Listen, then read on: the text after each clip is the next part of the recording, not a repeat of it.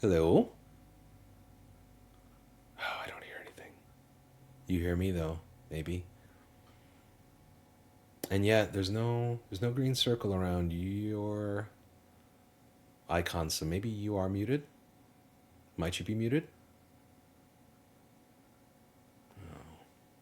Oh dear. I haven't fucked this up, have I? Let's see. We're on the call. Just a moment. Using transatlantic cable technology to connect the two of us right now. You can't hear me? I can't hear you. My settings seem okay though.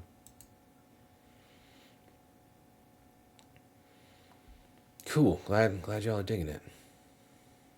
It's a good book. I'm happy to read it twice. Brings up a lot of thoughts as I go. We'll see how well I've captured them. Fucking Ono takes notes, I think. I should be taking notes. Ono's superior in every way, y'all. I'm being dominated by Ono in the masculinity talk.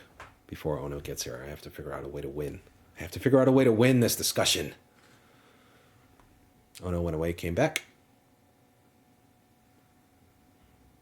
Testing, testing.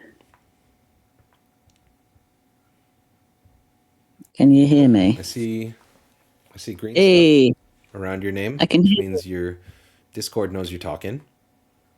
Oh, they Okay. hear you, but I can't hear you. Why is that? Oh, Oh, you're over there. It's okay. I can hear you now. I found you. hello. I found you. What's up? Yay. How's it going?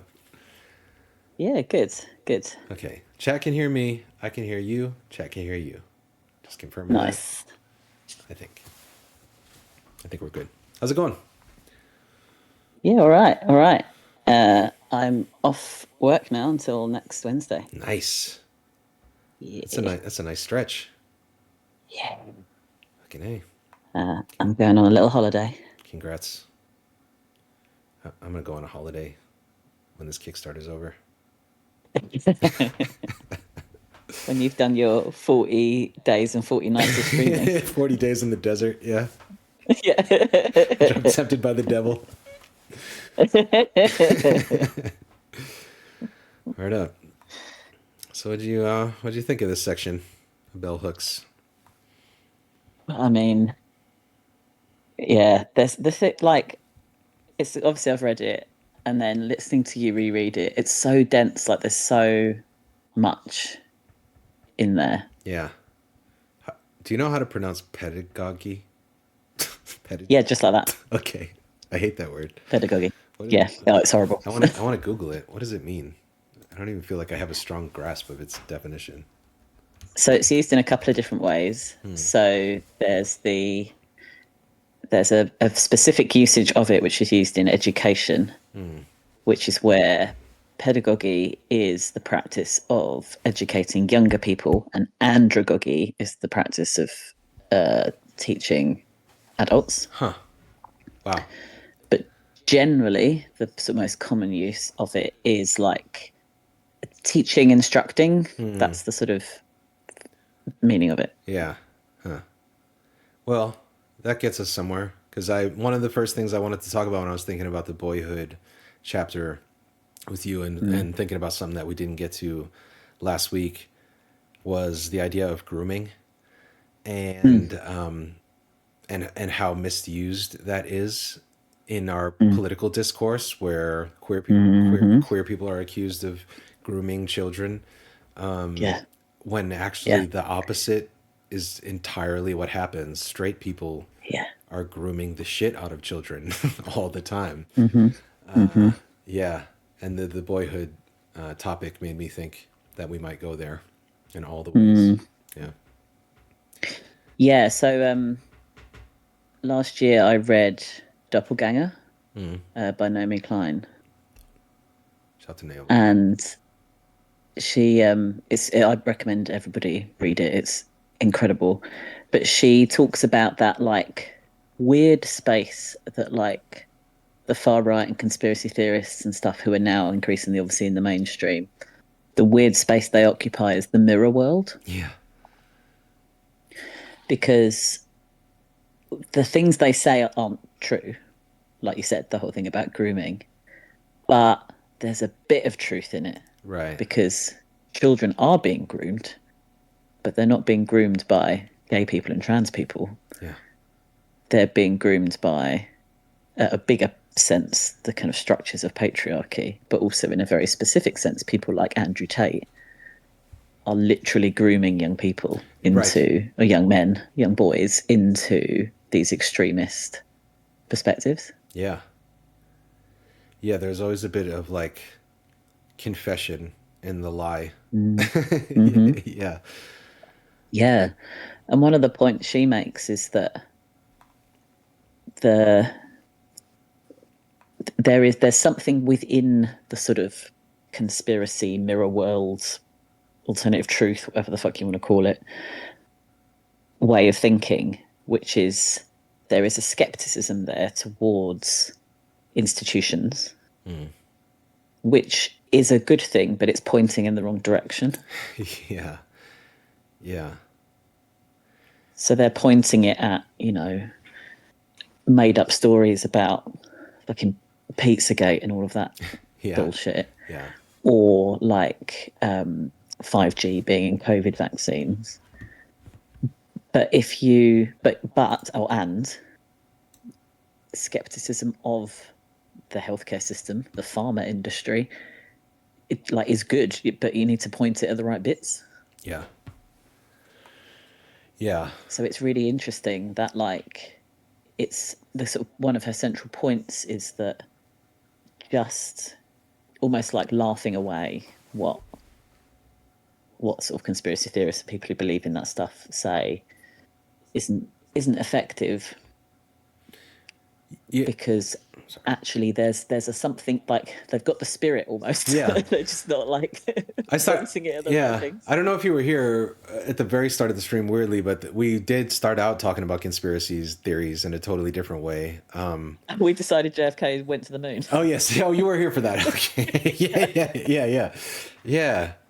Yeah, it is that fucking like alternate mirror world they exist in. Yeah. But and also it reminded me a little bit of like when Bell Hooks is talking about backlash and this idea that like males are violent, like it creates this kind of straw man, I guess, argument of having feminism be the reason that men are more violent now. Yeah. And or that values are under attack. And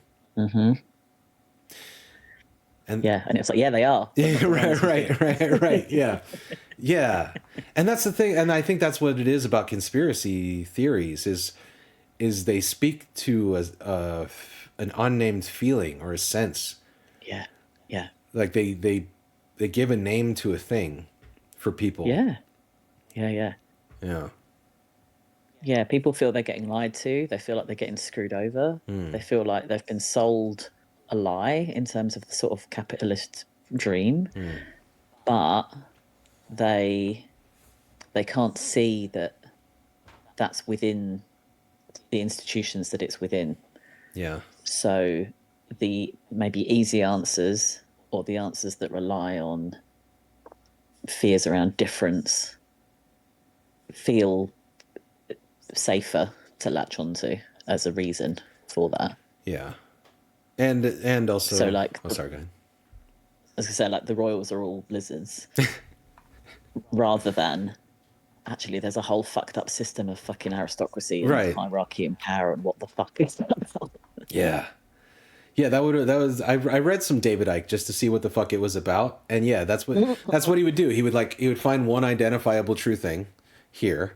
Yeah. And then he'd find another identifiable true thing way the fuck over here. And then he would just draw a crazy imaginary line between the two, But it's like, oh, well, yeah, I mean, yes, they are all related. Yeah. They're, but, how that goes to fucking, I mean, literally the people that run the world are all genetically related. Yes. There is a hell of a lineage there. Yes. Yeah. But then you're jumping. Then we're going to the stars. You know what I mean? Let's focus on power. Yeah, that means power has been held in the hands of relatively few families, and and guarded very closely for a long time. Sure. Like, but yeah. Yeah, it solves a problem for people that they can't name. And that boyhood chapter just shows you like how fucked up men are and how fucked up adolescent boys are. And how prone that makes them to this Andrew Tate shit, and like, and it's like, it's so sneaky, and it's yeah, I mean, Madge was in earlier talking as the single mom of twin boys. Yeah. And Madge is one of my oldest friends and like comrades in struggle, and we've been on the same page for a long time. And Yeah. and we've, we had some, I don't know if she's still in here, but we had honest conversations about when she was over about like just being fucking tired, being exhausted, being like living under capitalism and still trying to educate these boys like in a way that is like prepares them in the right way for the fucking world that they're about to enter. But that's a constant, like Bell talks about, like unlearning, like a constant choice, a constant thing to be vigilant against, a constant so many fucking conversations have to be had. It's crazy. Yeah. Like, if I was thinking the other day, like if you watch groups of young men, like teenage boys, whatever you want to call them, boys, men, in public, you can, like, if you just sort of observe how they behave, they are trying so hard to like perform masculinity. Yeah.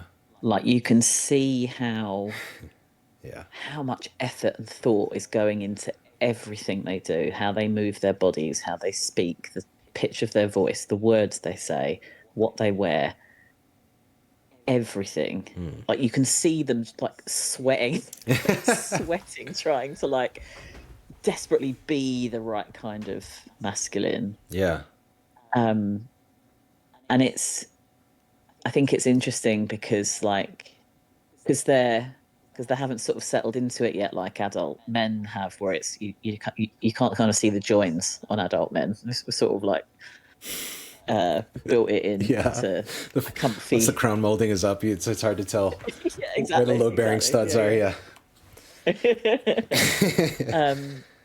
But teenagers are still very like raw, aren't they, in lots of ways? Yeah. But in that sense, and just what strikes me every time is like the kind of masculinity that the vast majority of men perform is so paper thin. Yeah. Yeah. Because like, if it takes that much effort to be it, then it's not part of you, is it? Yeah. Yeah. Yeah. That's why the rap battle is so popular, because there's always a flaw to find. Everyone's performing a paper thin character, and if you just have a little bit of analytic, you just look at, you just do a quick scan and be like, nah, because no one is it. Everyone's performing a fake ideal. Yeah. Yeah, I think about, man, this book had me thinking about my own like childhood, and like I think I talked last week about our just crew of fucking miscreants that would just run around the woods just beating the shit out of each other and lighting shit on fire. Yeah. And there were two in our whole like neighborhood posse of fucking kids that hung out. There were two kids who were like bigger than the others at our age. One was me, and one was this other kid, Ralph Farah, who his dad was friends with my dad. And I remember for a while we just fought like gladiators while all the kids bet on us. Like, and I think about that shit. Like, we fight hand to hand, and then sometimes we just get the biggest sticks we could find. And just, I don't know what age this was, but like Conan the Barbarian with the fucking like tree limb, me and Ralph Farah just like beat each other with the fucking sticks until the sticks would snap. and then we'd attack each other with the clubs, and then we go hand to hand and just fucking wrestle on the fucking ground. Like, and I look back and I'm like, what are you doing, you idiot? Get up. What are you doing? You know? Like, and that's it. It's just fucking dummy behavior. It's like, it's so much you look back on it and it's just like, oh my God, what the fuck? Like, Yeah. I was a chimpanzee in clothes. I was, you know what I mean? Like, goddamn. Yeah. And that was just fucking boyhood. Yeah. Like, and yeah, you come home and tell your dad you got your ass beat, and he would like go back outside and beat their ass, and don't come back. If you come back, get your ass beat, I'll beat your ass for getting your ass beat. Like, just the layers of violence. Yeah. And yeah, I don't know.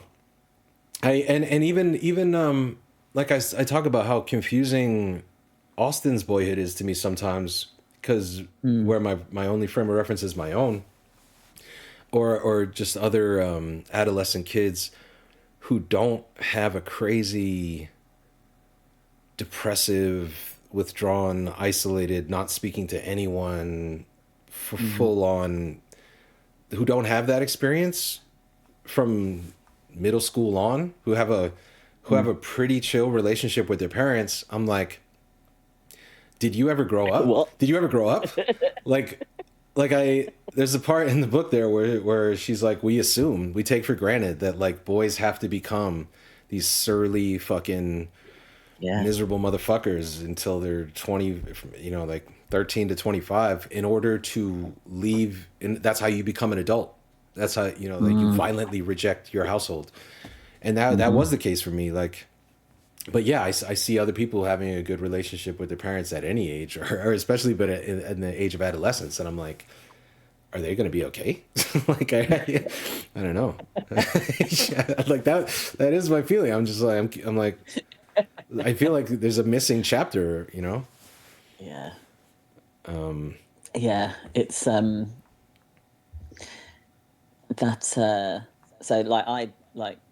I transitioned when I was when did I transition?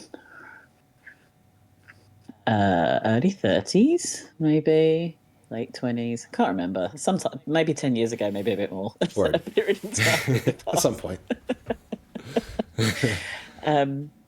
So my kind of socialization in my teenage years was like I was treated like a girl, right? I wasn't, but that was what the world treated me like. Yeah. So I didn't have all of that, but I observed that around me. Yeah. And I remember that, like, I find it really interesting, the point that she makes in the book about women being as violent as men, but just often in different ways. Yeah. Because I think male violence, if we think about kind of kids, we think about that like just what you were describing, that sort of like exuberant outward expression of extreme emotion in a violent way, you know, fighting or whatever. Yeah. But it can go the other way. It can go inwards. I found the point she made about, like, basically the teenage boy who sits on his computer all day and doesn't speak to anyone is fine. Yeah. It's the ones that like enact their feelings in ways that are socially unhelpful that are like the problem kids. But it's the same feeling. The same issue is in both. It's just the moody, disconnected teenager like is allowed to exist. Yeah. And that, yeah, like they've probably both got the same fucked up issues. They're just showing them in a different way. Yeah. Yeah. And I feel like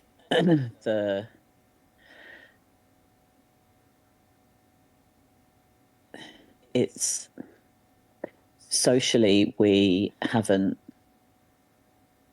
worked out how to allow men to feel things in a way that isn't anger or violence.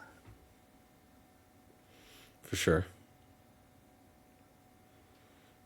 Yeah. And because we haven't done that, we can't teach kids to do that. Yeah. So then it just perpetuates. Kids do that. I mean, seeing little boys, being around a lot of little boys, it is like, Madge, her kids came over for the first time to my house a couple weeks ago. And as soon as they came in, one of her sons was immediately like, I need to be held. I need to be hugged, like to his mom. No. I think about it, I love it. It's so good. It's just like, That's great. yeah, yeah. And there are, like when they're little, you see a lot of that. You see the whole range of emotions, and yeah, they gradually, and when you don't shut it down, you continue to see it. You continue to see like affection. I'm always like surprised by how affectionate Austin is at 13 with me. He still sees me and gives me a hug like when he was a little kid, and like by this age I would never touch my father when I was his age. And so if you don't actively destroy the emotion in a boy, it will it has a chance to survive. But also, like so much social pressure is going to teach them to shut it down and be quiet about it, and or suppress it and totally deny its existence. Yeah. And it's I mean, it's the shit I'm now working on at 44. Is just like feelings, and yeah, it fucking sucks. yeah. But I mean, tomorrow me and Will are going to talk about mindfulness, and so I'm not going to go all the way into it, but like the mindfulness exercises and shit. Recently, my therapist told me this week that I've passed the readiness criteria. Oh no, for the real deep dive into traumatic therapy. So, congratulations! Thanks. And but I think it was due to this sentence or something like this sentence, which was like, yeah, the mindfulness shit is cool. It's like observing my thoughts, like just sitting with my fucking thoughts for 30 minutes. Yeah. The result is like I have some shitty thoughts. I have some bad feelings.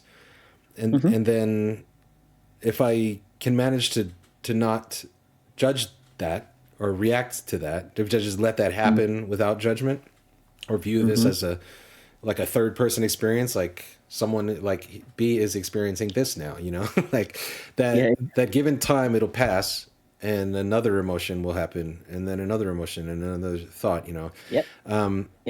And she's like, yeah, that's real good. She's like, that's what I need to understand. Essentially, is like, it's not an emergency when you're having a feeling. It's not something you need to act out of. It's not, you don't need to like make a choice based on it. You can just feel it, and then you'll have another feeling. And I'm like, yeah. So like, this is huge revelation apparently to my nervous system, but I don't know. Same. I've had the same experience with mindfulness, and learning that, like, just because I'm feeling a bad, in inverted commas, feeling, and it's just, let's not attach value judgments to feelings, but that's the value judgment I have. Yeah. Like, it's fine. I'm not going to die. Yeah. It's just I'm gonna feel that way for a bit, and then I don't know, I'll get distracted by a squirrel or something else, or Yeah. Like, there'll be a frog on the baseball field, and we need to go look at the frog. Fucking frog, man. It's a job keeping that frog alive. Yeah. And but I guess like it's like, if you've been punished for having these feelings, or if you've been made to feel like having these feelings is a serious emergency, like you're dysregulated in a way where it's just like you're either gonna overreact or suppress or create like this fucking powder keg within yourself. And And then like all that work is going to also result in additional bad feelings, you know, like Yeah. she mentioned shame, and that was interesting, like Ugh. shame as the thing that fathers use against sons. Yep. And yeah, it's powerful. That's a powerful negative emotion that Yeah. mad boys and men are dealing with. Shame and Hmm. guilt. Shame is, yeah. So it was a little while ago now because I've been doing kind of trauma work and stuff for a good few years, still slugging away. Um, and I can't remember what book it was I read, but it sort of dug into shame as a sort of core element of kind of toxic family relationships, basically. Um, and I remember the first time realizing that the shame was in there, Yeah. and then being like, oh, fuck. Yeah. Yeah.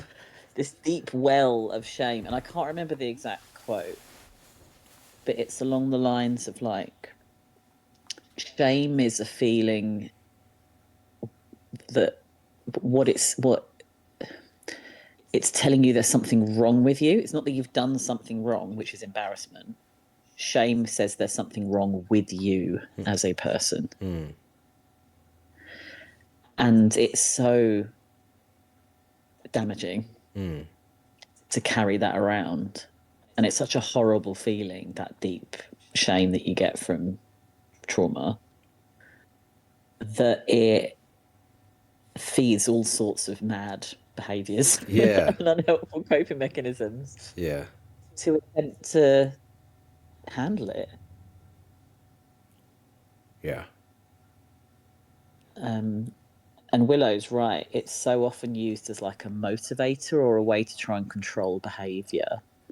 And it's so damaging and unhealthy as a thing to do. But it's so part of culture. So particularly if I think about like British culture, is very shame based and around like politeness and not upsetting people and saving face and status, and it's all wrapped up with class, and there's loads of other mad shit in there as well. That it's used to like control people. But the thing is, if you say to a kid like, you know, don't do that, you're disgusting, or whatever the kind of value judgment you're putting on them is, you're not saying that behavior you're doing isn't okay, don't do it. You know, if they've done something wrong, whatever. Yeah. You're saying there is something wrong with you and you need to feel bad about it. Yeah. And that's, you know, really damaging. Yeah. Yeah, it's such a head fuck too. it's yeah, I've talked this week. I mean, as we are starting to get toward the traumatic memories and shit, domestic violence, and as we got to the topic of male violence, I started talking this week about the violence I witnessed in my house, and was subjected to and witnessed, and the wild part is that the same person. This is a fun one. You're gonna like this. One of the key things I remember my father telling me. I don't remember too many pieces of advice. Yeah. He would frequently deride boys who did not achieve masculinity as being sissies. Right? Sissy was a favorite word when I was a little kid. Yeah. He would hit me freely. He would dominate me physically freely. Yeah. This behavior I would then do to my kid sister, who was 4 years younger than me. So I would hit my sister and dominate my sister. I would bully my sister, which was also a source of deep shame that I carried into adulthood. And only when I realized, like, saw what a kid is, you know, did I not realize, like, so my father would hit me. I would repeat the behavior. He would then hit me for the behavior. And the lesson was, only sissies hit girls. So I was forbidden. One of the primary You know, directives to me as a child was don't hit girls. Boys don't hit girls. Only sissies do. Which I'm like, right. thanks for layering the homophobia in with the misogyny, Dad. Thank you so much for your fucking beautiful leadership into adulthood. Right? I think about this shit and I'm just like, you couldn't have fucked this more, Dad. You couldn't have fucked this Yeah, up yeah. better if you planned it with the fucking diagram. Right? And Could we sprinkle some ableism and racism in here? yeah, Just to yeah. spice it Oh, he up? was racist as fuck. Don't worry. Yeah, he was, Amazing. yeah, yeah. But like, think about that shit, and it's just like, and then witnessed him hitting my mother, and Yeah. Yeah, yeah. and the head fuck of it all, just being like, given this rule that says if you repeat the behavior I'm modeling for you, there's something wrong with you, Yeah. while being dominated. Yep. Was yeah, I mean, even after I had left the house, begun my adult life, all that, as later in life, as my sister encountered her difficulties with men, Yeah. how could I not remember who I was to her as a kid? Hmm.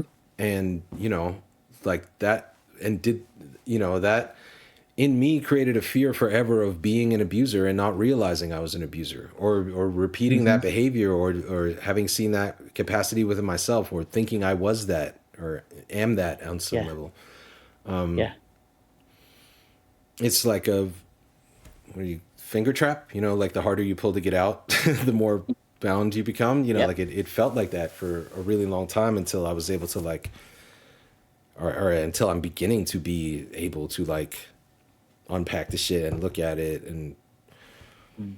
identify other feelings in those moments and in those times. But yeah, it was just like a fucking gauntlet. It was just like a game you can't win, Yeah. Yeah. and Yeah. are punished really severely for losing. Yeah. And it's the I think a lot of men are really frightened of becoming their dads or being an abuser or injuring the women or the children in their life. Um, and I think the thing with that is when you're really frightened of something like that, it can make it hard to actually hold a mirror up to yourself Yeah, and look at the bits that actually might be a bit like that because it's such a horrifying idea. yeah, yeah, Um, like, my mum's a narcissist and I don't have narcissistic tendencies, but I've definitely seen bits of her that I've picked up that I've repeated yeah, because that's what you do. yeah. And it's a fucking horrifying thing to realize. It's awful. Mm. But the only way I can not do those things is by seeing them. Yeah, So you've got to somehow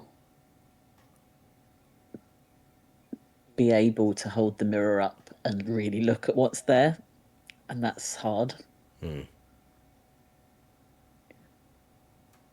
And I think a lot of men just aren't emotionally equipped to do that because of all the things we've been saying. Men aren't raised to have the full emotional range, to have self-awareness, to be able to handle difficult emotions on their own.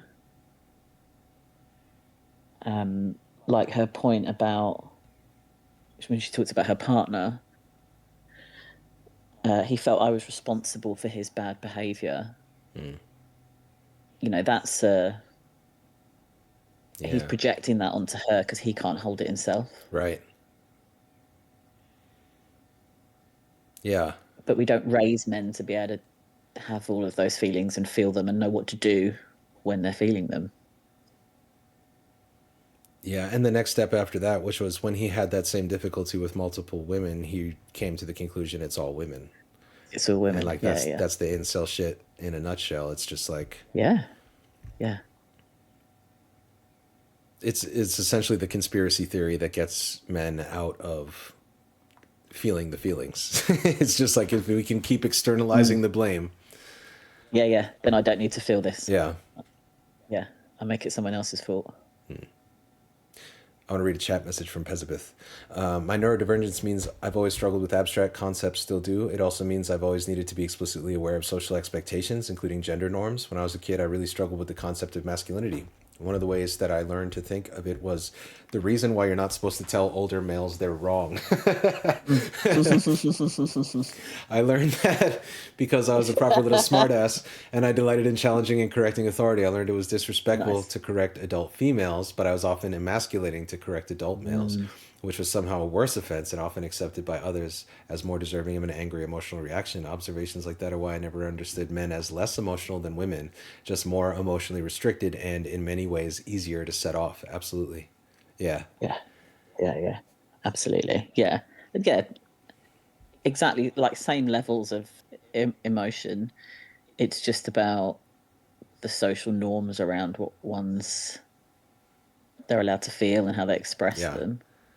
I think But we all feel the same amount, you know. there's a meme going around that's just like a picture of like Kanye, Elon, and fucking Donald Trump. And it's like, can we never say that women are the more emotional ones again? Can we be done with this lie? Like, look at these Right? fucking I wrecks know. just crashing out every day. Yeah, yeah, yeah. Yeah, they're just children, aren't they? Emotionally. And that is our model of like what an emotional man looks like. It's like, Yeah. Yeah. like, oh, boys will be boys. He's posting swastikas today. He's fucking raging at his ex. He's fucking, Mhm. like, he's gone a little fascist. He's having a bad month. Yeah. But it's like what's interesting for me is like what do we get from that? Like what is that shortcut answer giving us? Because it must be giving people something because that's why they say it, right? Which shortcut answer? Like, oh, boys will be boys. Right, right. Yeah. Yeah, it allows us to just ignore, I think, and like the part where she said masculinity is disconnection is like Mm. I think of all in these two streams, like that's as close to a definition as like when we talked about it. It's like what the fuck is it? I don't know. It's not anything inherent in animals. It's not, like and yet, like these social ideas that tell us like you can shut down all the feelings except anger and rage and become a killer. Like I think that's why I really value Bell Hooks and this like take on masculinity is because she draws like over and over again the connection of how like men like this do benefit the existing power structure and they Mm. are being made this way on purpose Yeah. and and it connects directly to like the global war that we see every Yeah. day and are like, how the fuck do we stop this? And it's like, well, one of the ways it would be to stop making men who can so easily be turned into killers. Or, Yeah. Yeah. I really loved that line that she drew. Um, and if I think about like, so I it's probably a bit different over there, but like the way like the army and the armed forces sort of recruit over here, they take sort of quite a particular approach. yeah. So what they tend to do is either so traditionally they've gone for the like join the army and like you'll learn some cool skills that will set you up for life basically. So sort of very particularly aiming at like working class Yeah. boys mostly, let's be honest, Can't afford to go to college. who yeah, who are in bits of the UK where like what even is your future, right? Hmm. To, join the army or navy or whatever, train to be an engineer, do cool shit, right? Yeah. Sort of like a we're gonna get you to escape out of where you are. Yeah.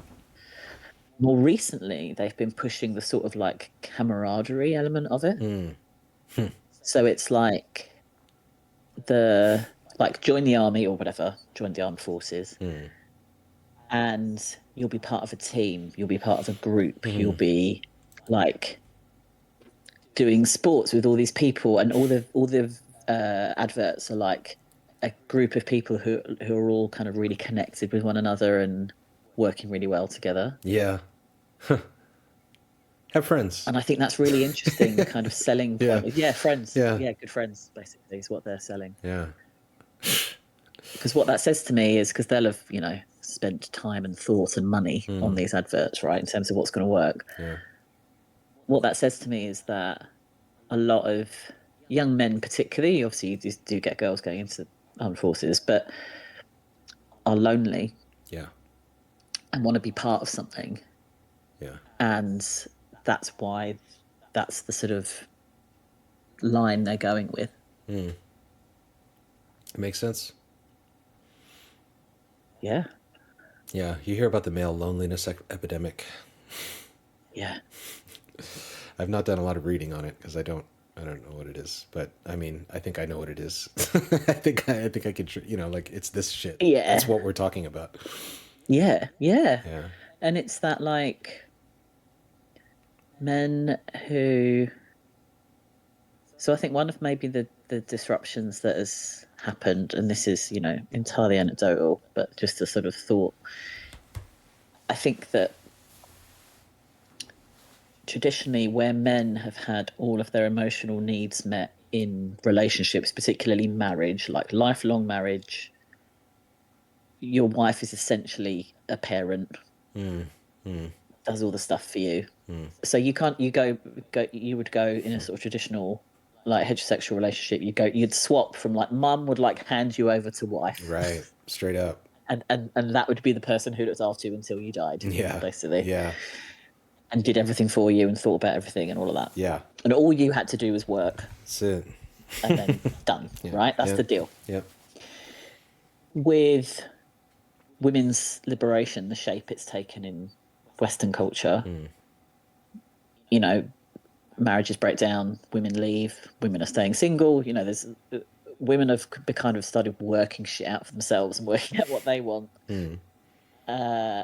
Whereas I think a lot of men are still like they're waiting for the next parent. Yeah. And they don't have that. So they, don't have a wife or a partner or someone who they can just have all their needs met by one person, which is fucked up anyway. But, yeah. They don't really know how to make friends, or they make kind of surface level friends because we don't equip men to be able to talk about feelings and ask for help and emotional support from one another. True. So then they just end up completely disconnected and isolated. Yeah. And like over here, the male suicide rate is really fucking high. Mm-hmm. Yeah, it's a self-fulfilling prophecy for sure. Yeah. That plays out. And I know that technology has maybe exacerbated it to a degree, but it's also capitalism. It's just, it's like, I was talking to Kayla the other night. We went out and we were just catching up, and she was filling me in on dating apps and what that looks like at the moment. And she was like, yo, the dating apps shit don't work anymore. She's like, it's behind a crazy paywall now. It's like, she's telling me about one that's like $50 a month or some shit. And like, as it reminded me of fucking like Uber Eats and Spotify. It's just like tech promises like, hey, we've solved this basic shit that y'all were doing fine. We got a better solution now. Here you go. Everybody use this. And then like 5 years later, it's like, oh, we broke it. It doesn't work. And no one knows how we used to do shit before anymore. And also it costs money now. Right. So like add to that the disposal, I guess just fast, we're in a future now that's a little more, you can be even more sort of a consumer of other human beings, I think. Yeah. And so that is alienating to everyone, everyone who's a human at the moment, I guess, is just, plus pandemic, plus, motherfuckers are isolated. Uh-huh. But it would fall to reason then that men who are also on, like emotionally isolated from themselves are going to have a real fucking uphill battle in trying to connect in any way with anyone. Yeah. Yeah. Yeah. And it just becomes that, like you say, this sort of self-fulfilling prophecy, this sort of like reinforcing spiral. Yeah.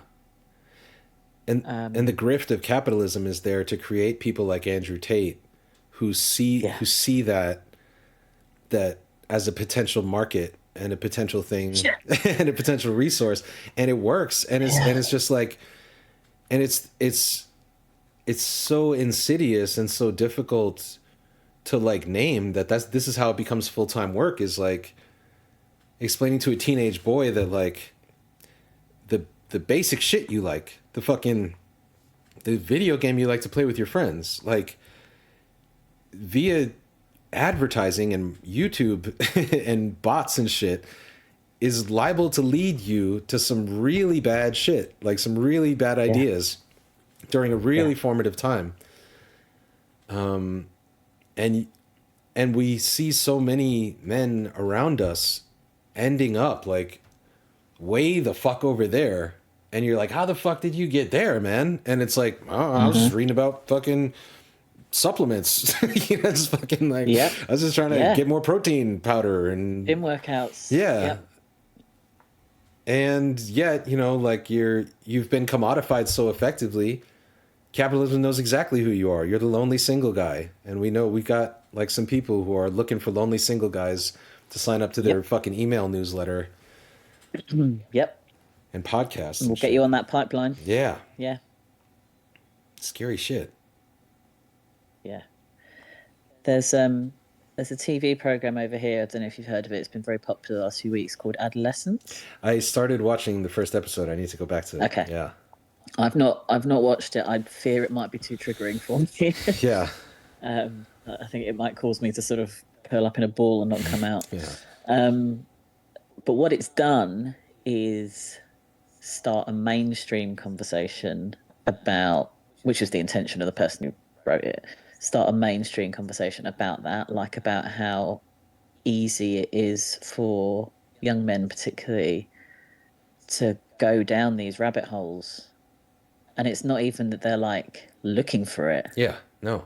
It finds them and points them down that route. Mm-hmm. And it's like, I've seen a few people being like, oh, why are we just talking about it now? It's like, well, because that's just how the mainstream works, right? People need shit to, like, they need to walk into something for them to think about it, a lot of people. Yeah. But at least people are talking about it. Mm. And it's got a lot of parents, I think, particularly really thinking and obviously worrying a lot about this, but like really thinking about this and being much more aware of it, which I think can only be a good thing. It being the market or the algorithmic effect of this on adolescents. Because I didn't read anything about the series. Llama recommended it. I checked out the first episode, but I don't know. I got distracted by something else. So I'm only about halfway into the first episode where no real facts of anything have been revealed. So I don't. Right. I don't even know the broad I don't know. topics. Chat, can you enlighten us? Llama's watched it. The 80-20. I don't know what that is. Finished it last night. Funkle says, and it was a hard watch. Incredible thing. Mm-hmm. 80-20 thing. Yeah, I don't know what the 80-20 thing is either. I know what the manosphere is, but I don't know what the 80-20 thing is. You should Google it. I always feel, whenever I see the word manosphere, I think of manscaping. They're different. Like, they just go together in my head. Imagine if the manosphere was just manscaping advice, just men sharing manscaping that'd be advice. nice. That'd be wholesome.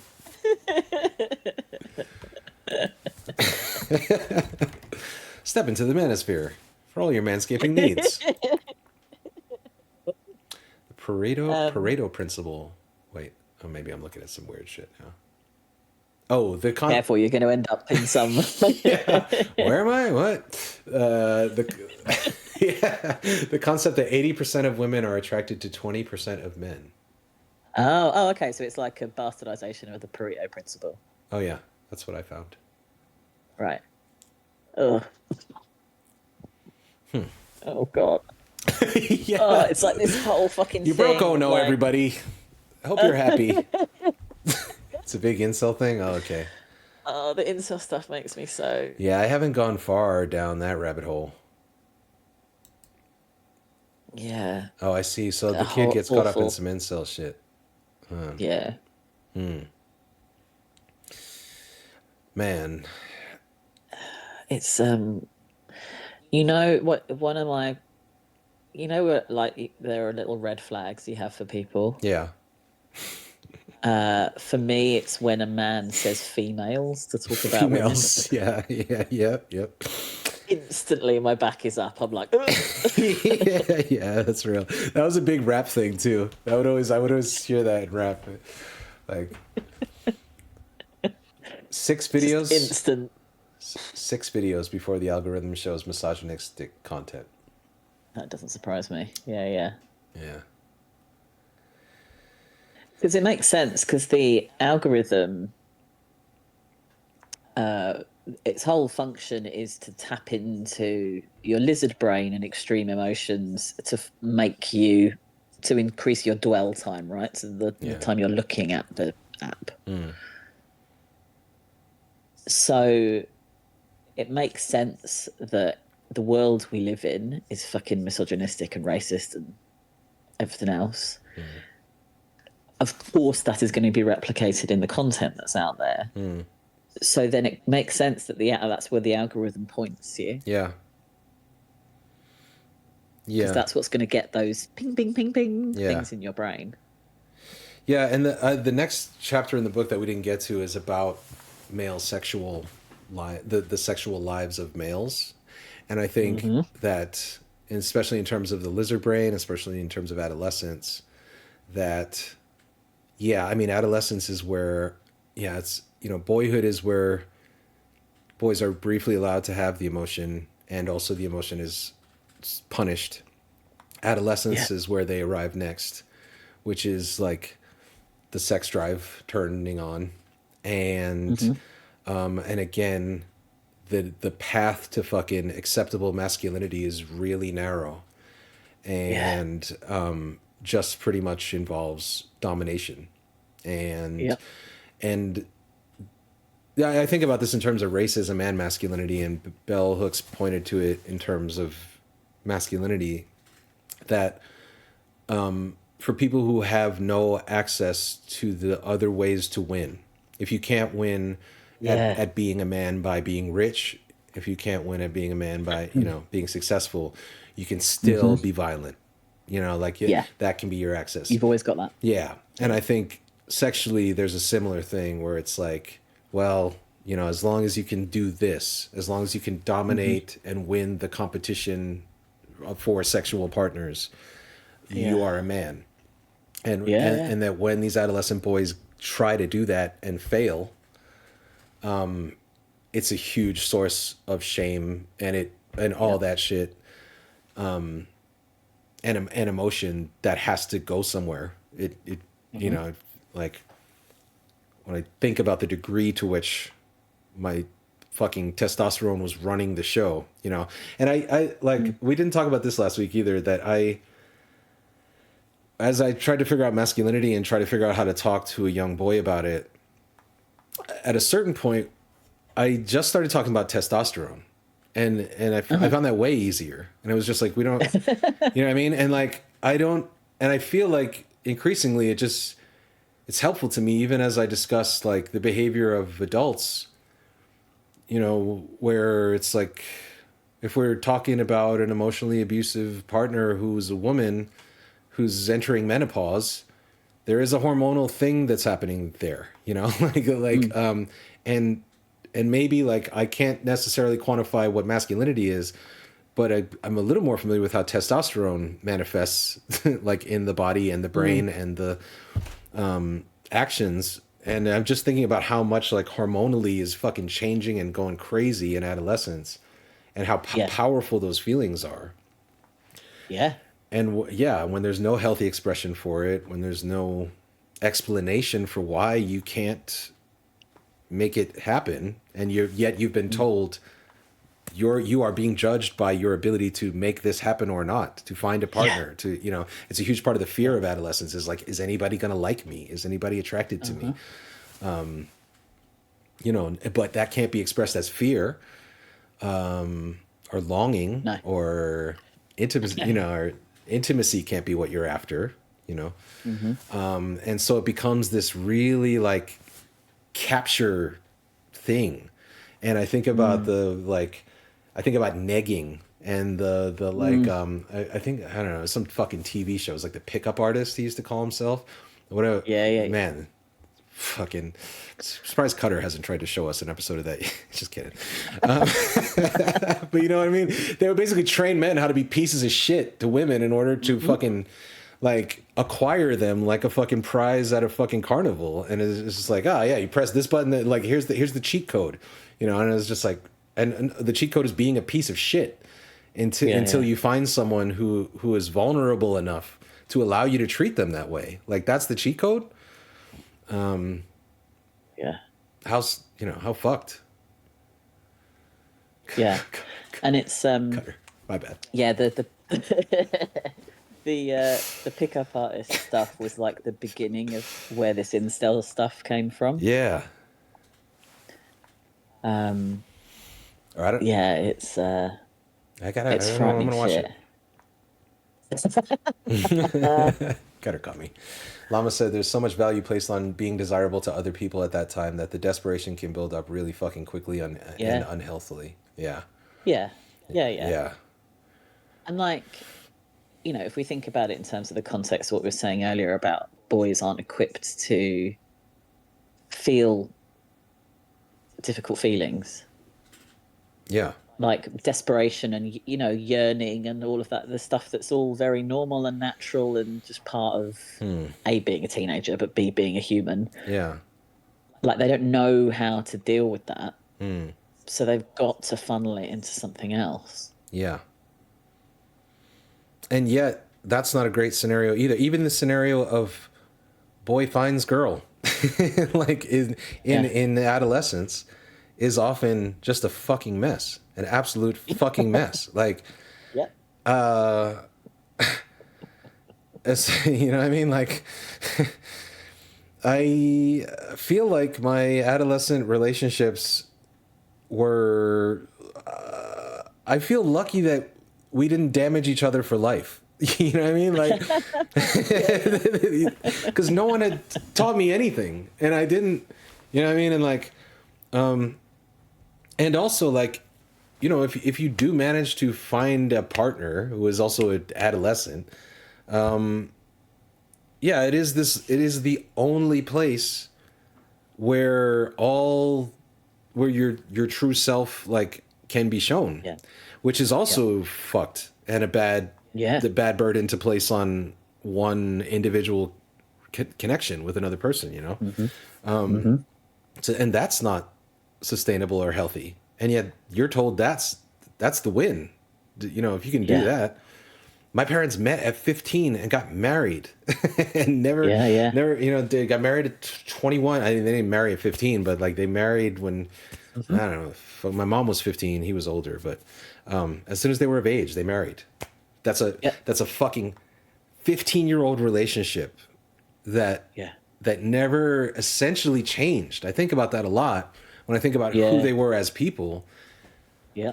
And I realized at a certain point in my own adolescent relationship that like we're kind of frozen in time. We've kind of created this little bubble where we're both sort of like somewhat sheltered and somewhat able to be, you know, feel intimacy and love and that type of shit. But like, but Mm-hmm. also we're kind of static here. We're not like, we're not growing. We just kind of Yeah. bunkered down here in this little fucking bubble. And yeah, my parents never left that bubble. That was the ideal. The ideal was never leave that Yeah. bubble. Find one Absolutely. guy, never leave that fucking bubble. Yeah. Yeah, it's like the point, I can't remember the exact quote, but the definition she quotes from someone else of like love being like where you're both committed to the growth of yourselves and each other. Yeah. Like that is not in a lot of standard relationships. Yeah. Yeah. Yeah. Yeah. Like the you've changed is like an accusation. Yes. Yes. It's like, yeah, of course I fucking have. Yeah. Yeah. It'd be weird if I hadn't. Like, what the fuck? Um, but it's, I mean, if we're going to go into relationships, we can go Let's go. because I'm Oh, poly, so I've got a lot of opinions here. we have time. The only other I don't have access to whoever submitted like the random questions or Questions. I say random. I mean anonymous. Yeah. No, I've got The them. comments and questions if there's any of those.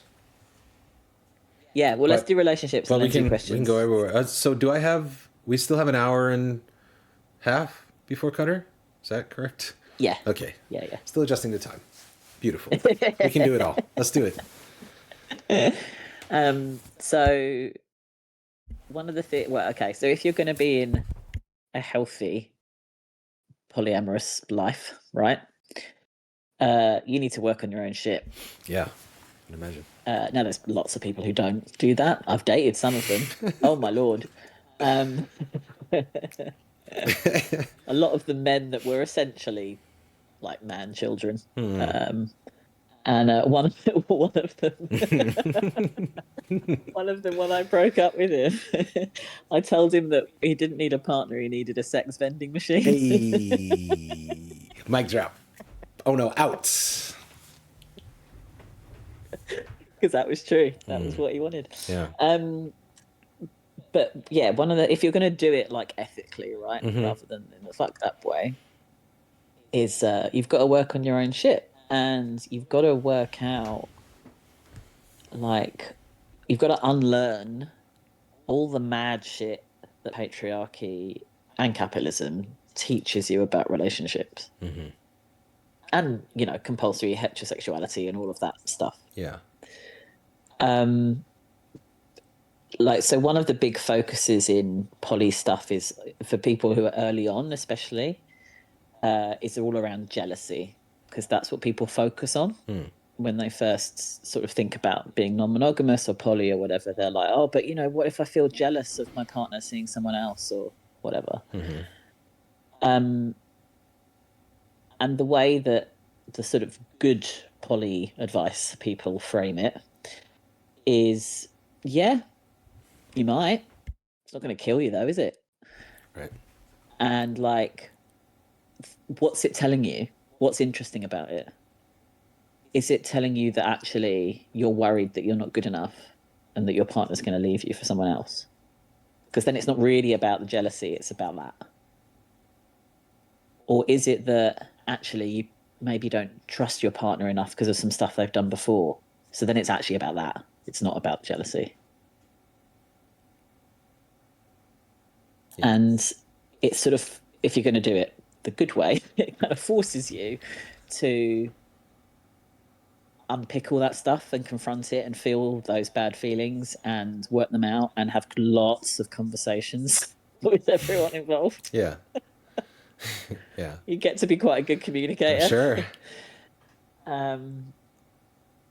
And it's like, as a result of that, I mean, my kind of core relationship I've been in for, it'll be 22 years on the 1st of April. Damn. No, 23 years on the 1st of April. Long time. It's very, very solid and very healthy. I don't know how the fuck I lucked out to have that happen. And the other relationships I currently have in my life are very healthy too. But those have been as a result of having to, like, work on my shit and unlearn that stuff and talk to people and work things out and compromise and change and grow and have other people change and grow. And sometimes they change and grow away from you, but that's actually good, because that's the right thing for them. And it really it's like a fucking crash course in having grown up relationships. Yeah. I'm sure.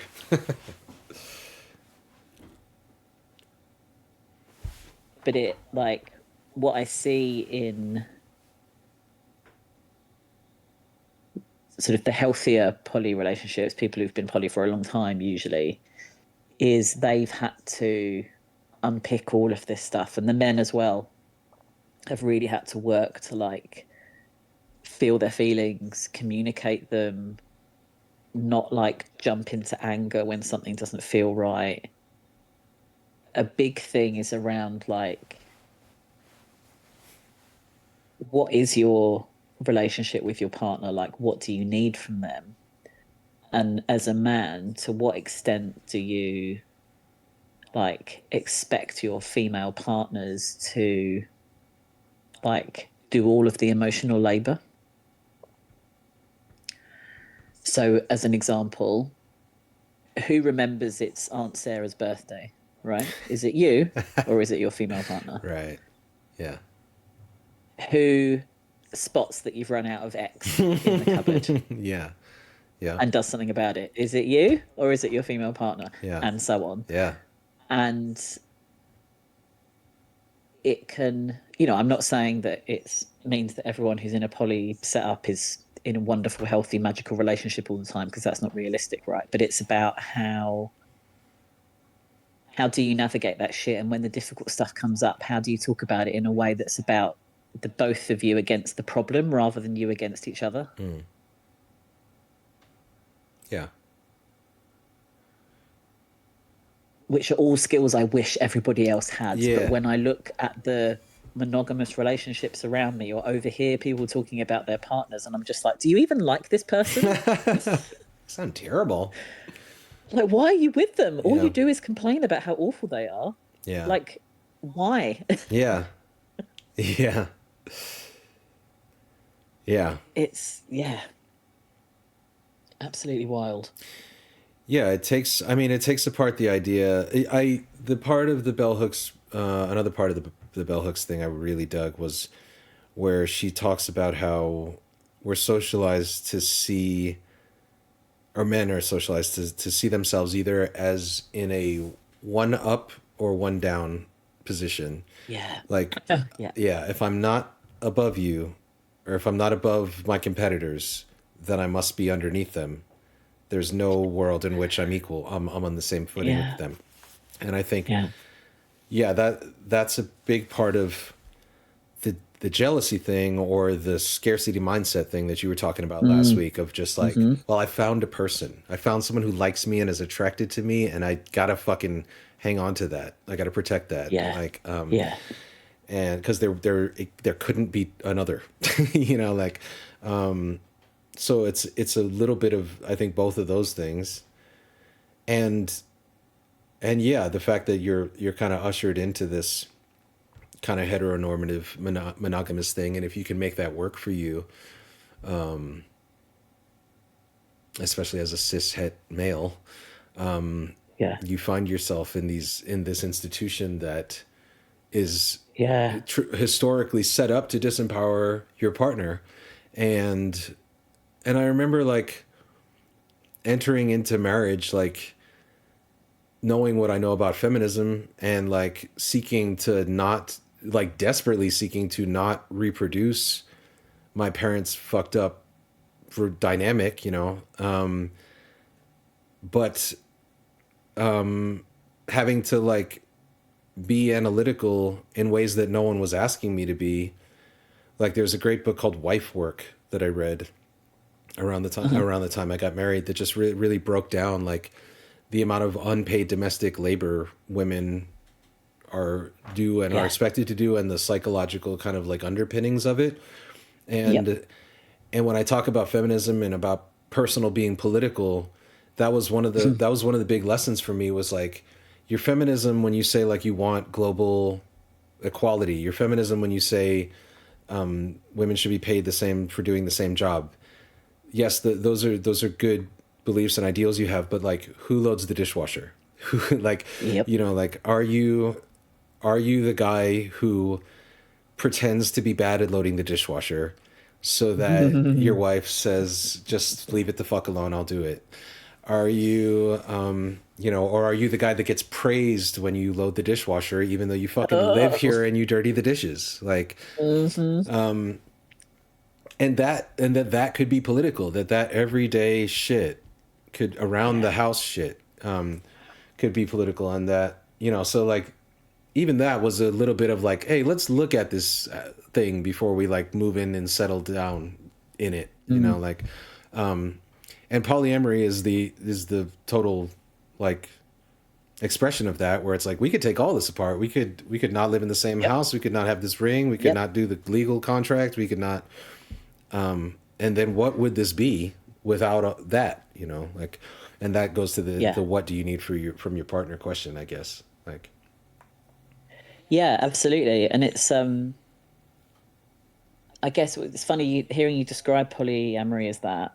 I think about like maybe it's I don't know, maybe it's how I am, maybe it's autism, maybe it's Maybelline, who knows? But I feel like I've always been so I've not been kind of fooled by the social constructs that we exist within, right? They've never kind of worked for me. So I've always kind of like, so we talked about sexuality last time, and I had to learn that other people aren't bisexual. Right. Because I was like, well, that's not logical. Like, yeah. Why would you only like one gender? That's ridiculous. Yeah.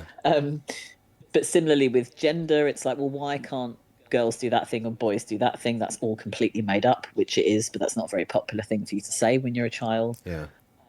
People tend to get upset when you when you're like 7. But it's the same with like marriage. Like I'm not married. I've never wanted to be married. I think me and Sam will probably only get married if it feels like it makes sense from like I don't know, maybe a will perspective, an inheritance. I don't know. Right. Like the institution means absolutely nothing to me, because like, why does doing that, signing a bit of paper or having a ceremony, make any difference to the commitment that I make? Like, it doesn't. Yeah. It has no meaning for me, so there's no point in me doing it. Mm. And it's interesting to hear you framing polyamory that way, because I guess the way I approach a lot of things is to go, I mean, sure, there's this whole like social construct thing, but actually, what do I want from it? Yeah. Or what works for me in this? Yeah.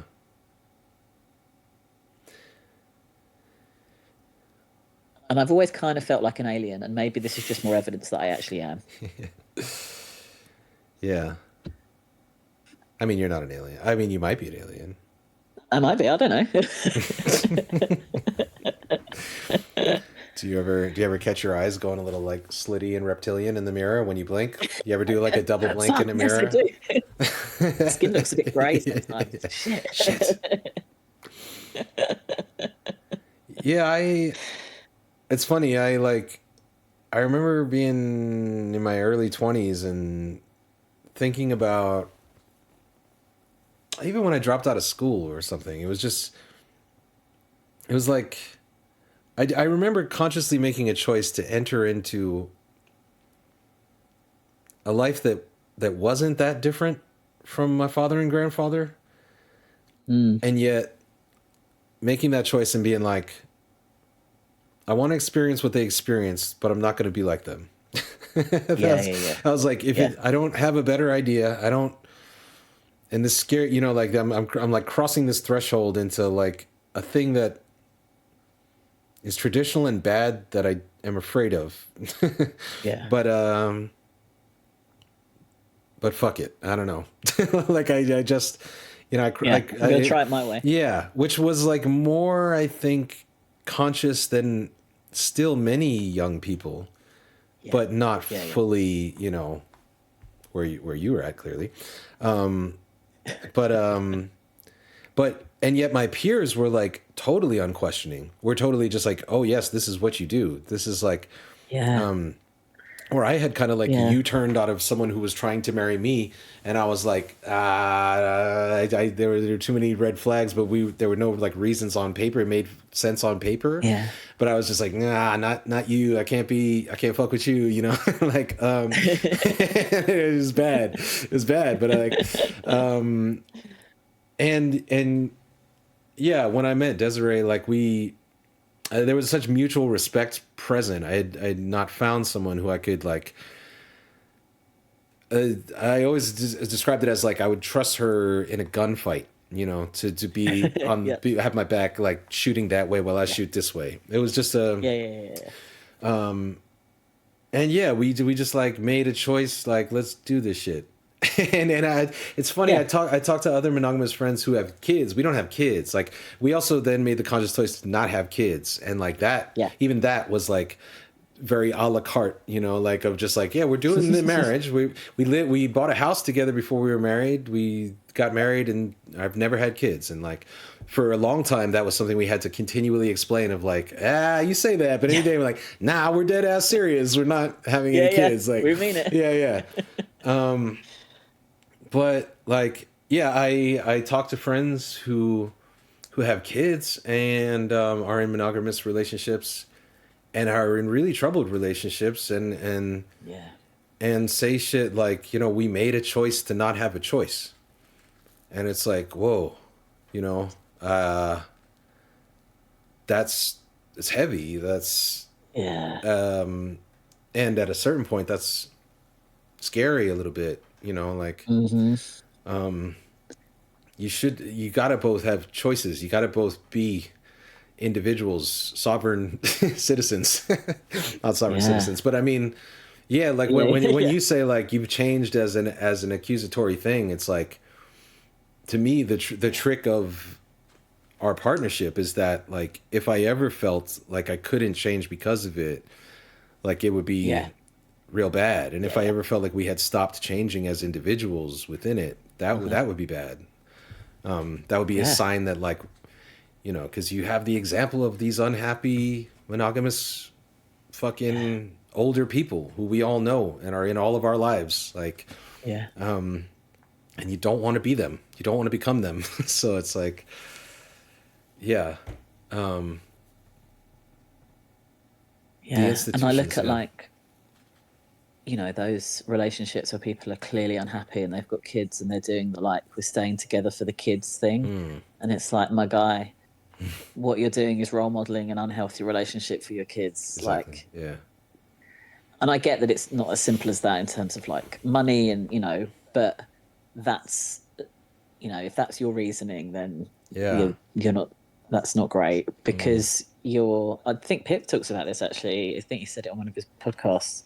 Like for him, he's glad his parents separated because then he got to see have two happy parents in his life, Exactly, but yeah. they just didn't live together. Yeah.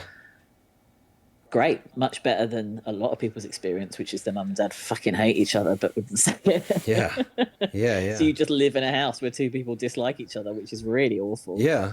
That's the house I grew up in, like two people who are just Same. at war with each other. Yeah. Yeah, yeah. Yeah. Yeah, same. But in my house, it was like silent psychological dislike of one another, but like that neither of them could or can still see. Yeah. Yeah. It's wild, but it's like it's in the room with you. Yeah.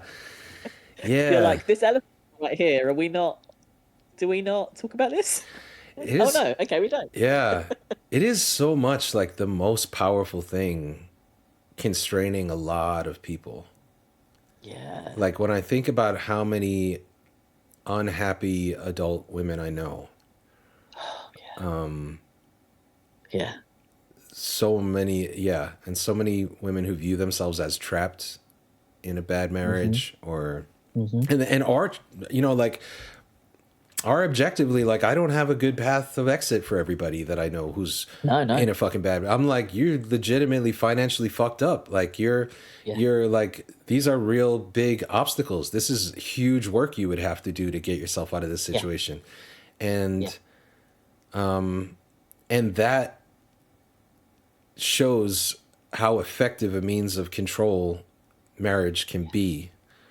And in some ways maybe it's like the most effective means of control that affects people every day, because it's like your kids.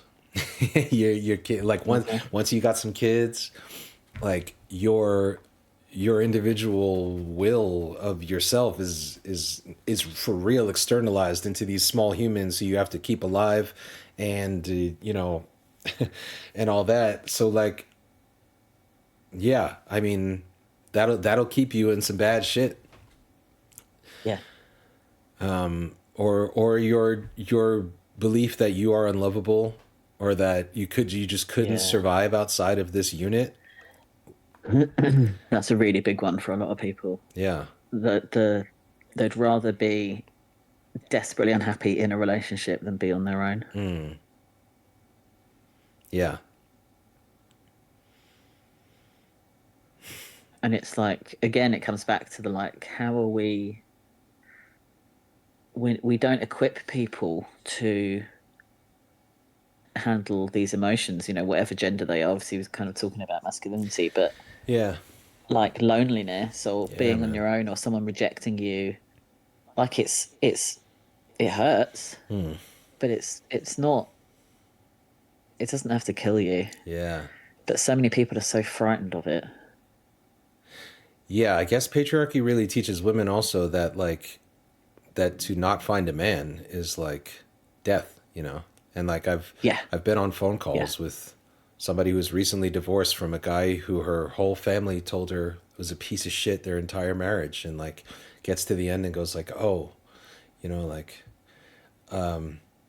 and tried to have that conversation like maybe you should just be alone for a while, like get to like yourself a yeah, little bit. And yeah, the yeah. response that came was like, you don't understand, like I can't be alone, like and like the most like a I'll never forget someone saying that Mm, to me, and in all yeah, seriousness, and just like, damn, like to believe that about yourself, you know. yeah, yeah, yeah, yeah. But that's also part of the Lama, and I think Mary was talking about it in chat a little bit earlier. Like, I think Domela a bit as well. The I missed a lot of chat. Still, even now, women's value, putting that in very heavy inverted commas, women's value is always in relation to somebody else.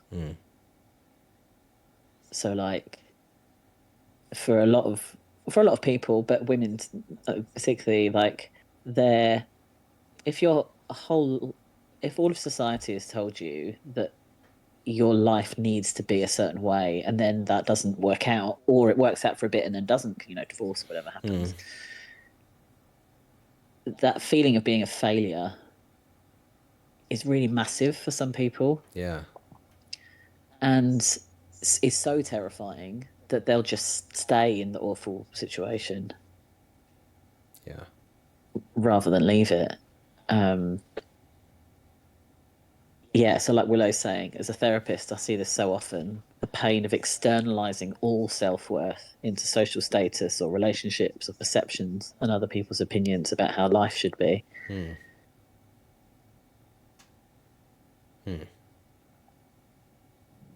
Yeah, that I can't be alone. I've heard people say that.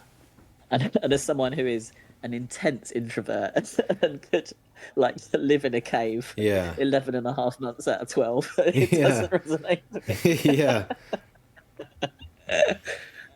But I do also self isolate when I'm being avoidant. So, there's a whole other side of the coin to it too. So, yeah.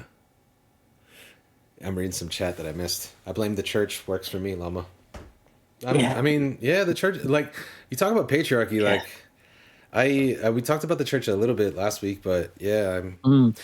I find that history really interesting. I could read endlessly about witches and witch trials and shit like that, Hmm. which is like obviously a horrific subject, but also it's just to me it's like I'm like we know what our modern society looks like, but then like if you go look at where we came from just a little while ago, it's it's so much less scientific. It's so much more fucking fear based and ignorance based, and like and the church thrived so much in that environment, or those types of environments. I mean, it's shit. It's back now. There's fucking trad wives and Yeah. mega churches and all that shit, but like the witch thing is ill to me always because like pagans were apparently like there were three female archetypes. There was like the virgin, which represented girlhood. There's the Hmm. mother, which represented adulthood or whatever, and then there was the crone, which was represented the fully mature, whatever, feminine expression. And the crone was meant to be the most powerful form of femininity, in which, Hmm. you know, you had experienced all of life and you have your Yeah, full wisdom. wisdom Yeah. and all that. And so when the church came to, you know, convert the pagans, the virgin and the mother became the same, which becomes this insane ideal of you know, like, you know, right there, just Like, what do you want from us here's a here? perfect Like, head fuck. Be both of these all the time. yeah, yeah, And and the crone just became the witch who had to be burned at the fucking stake, you know, like yeah. Too powerful. yeah, and to enforce the system of like male domination, and then yeah, men only being able to be priests, men only being the ones who have access to Hmm. speak to God and communicate God's wishes to everybody. Hmm. And yeah, that being the foundation of all the fucking culture, all the countries we live in, all the fucking, you know, Yeah. founding documents is all up in there. And then from there it branches Mhm. off and gets fucking crazier, and then you get like Mormons and shit. Yeah, You know, like yeah. Special underwear. special underwear, and God told me that I should have 5 wives, and Yeah. they don't need to be of adult age, you know, like Mm. yeah, just the rampant abuse and power given to men by religion and religious Yeah. institutions, the effect of that generationally. And let's not forget shame And shame, yes, as part of Christianity. born guilty, born shameful. Yeah. Yeah. All physical urges or urges from the world are evil from the Hmm. devil. Hmm. Yeah. It's funny you see the like. So I read a book last year whose title I now can't remember because I have memory issues. Hey, hey, hey, Due hey, to smoke. trauma and long COVID. Um, but it was about a history of everything, and it's a guy. He's like a sort of radical anthropologist. Hmm.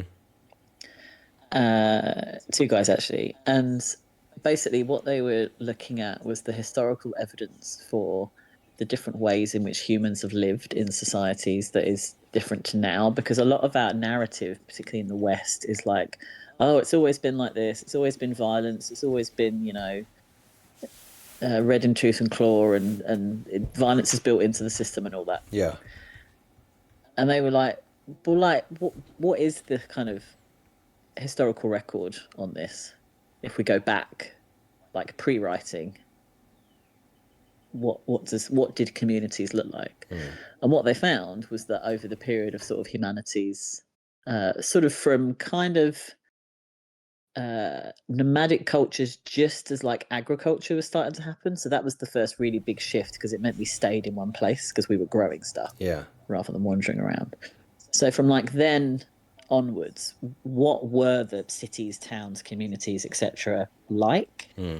What were the power hierarchies like? Is it just this convenient one guy is in charge and it's a triangular hierarchy and it's enacted through violence that Yeah. mysteriously matches the societies we have now Yeah. and justifies them? Right.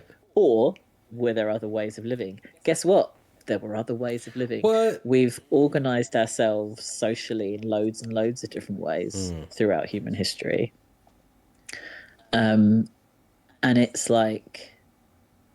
a really interesting read because the reason I sought it out, apart from just it was interesting, I was like thinking about the idea of like how do we imagine a different world? Yeah. And so I was like, all right, well, let's see. Yeah.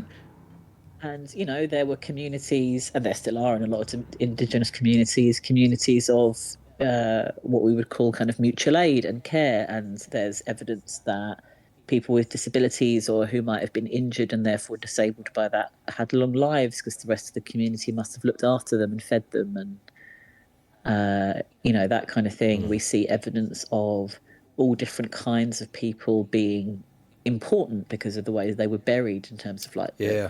the kind of grave goods that they were given and signifiers of status, and like there's lots of different ways that we can live. It doesn't have to be just how it is now. One of the kind of central lies that the sort of Western post-Enlightenment Christianity way of seeing the world is that it's always been like this, Yeah.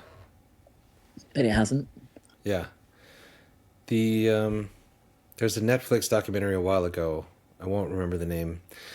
It was about a researcher who discovered a cave. Cave entrance was so small that only women researchers had to be recruited. It was like looking for specifically Right. women. These, and this cave could only be accessed by crawling in, fucking like miles underground. I don't know how the fuck they found or discovered this shit, but underneath. Sounds horrifying. Yeah, yeah. Oh, it's terrifying to like watch them like just shimmy through these little fucking cracks, where early humans were, and below they found a cemetery, and hominid? What do you call them? Essentially it was the missing link, that we heard Oh, right. about Yeah, our yeah. whole childhood. Yeah, yeah. They found this animal, evidence of this animal. They found a whole cemetery of them, and Oh. way the fuck down in this cave that there's all these early myths of the underworld, like and but to me it was evidence that, or like that society had evolved to the point, or that we are descended from the apes who had evolved to a point that they felt grief, that they felt deep grief enough to carry their loved ones through this like hellish passage to this underground place where they would be protected and special and buried with special things. And yeah, that's care. That's like evidence of that we did not come from, because that was a popular theory, right, for a long time, was that we were descended, the fucking Stanley Kubrick Space Odyssey 2001 intro, where like our ancestors are the ape that looked down and figured out, oh, if I pick up this bone and hit the other ape with it, I'm king ape, and that's where we came from. It's like, no, that's actually probably not where we came from. We probably came from the apes that cared enough for each other to bury their dead, and had an advanced enough society to cooperate in those ways and feel things about each other.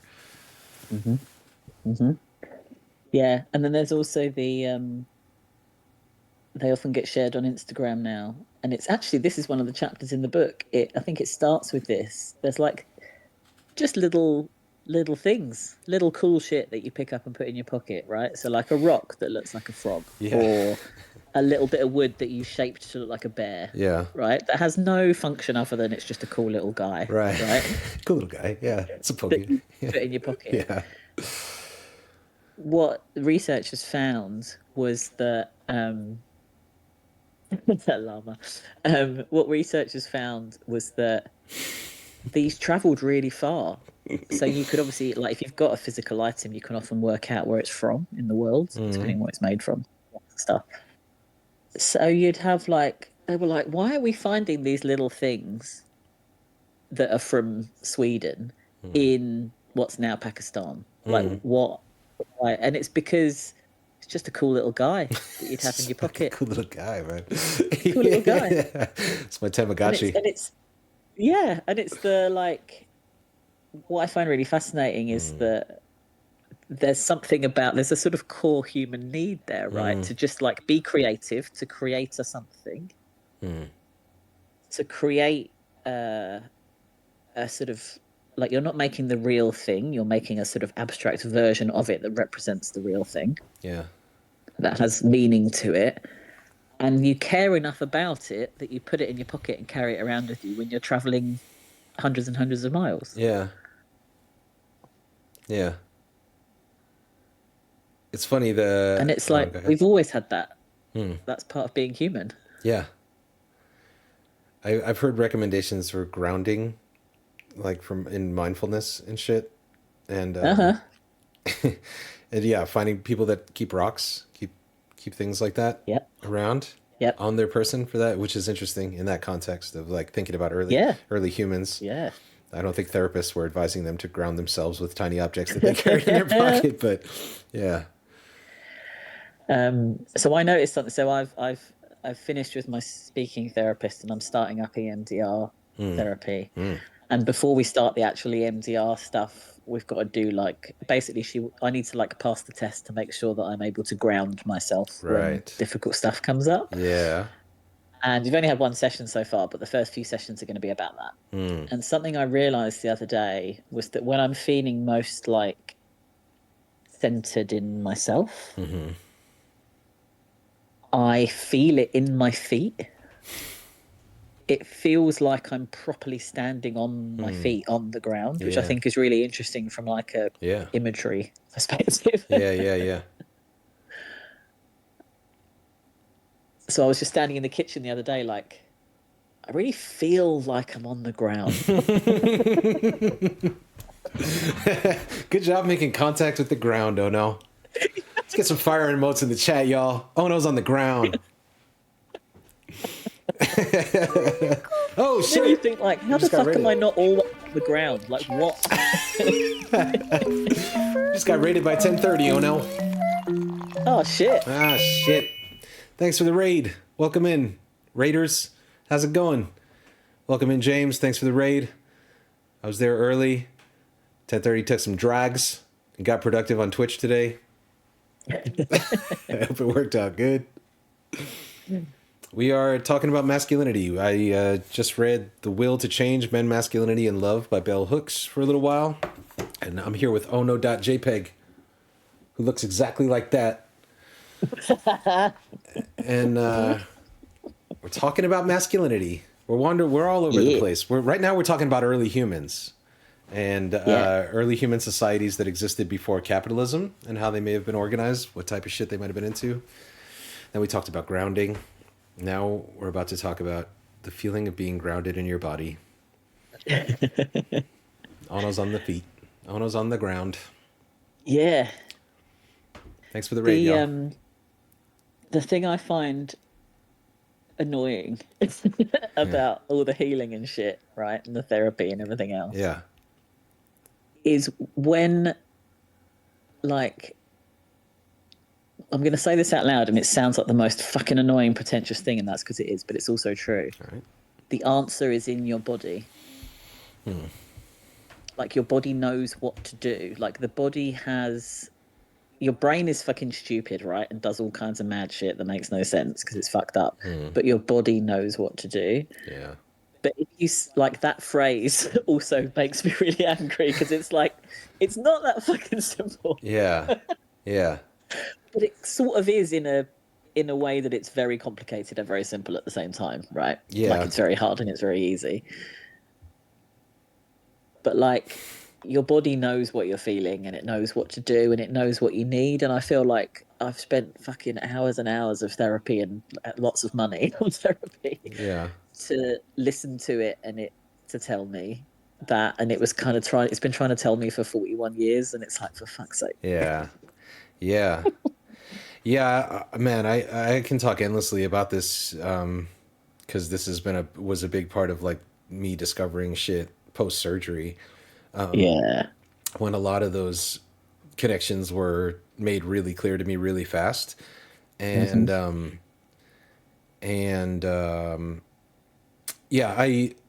talked about, well, there's this book. It was like meant to prepare people who just found out that they got a bad diagnosis. They need surgery or they have cancer. Yeah.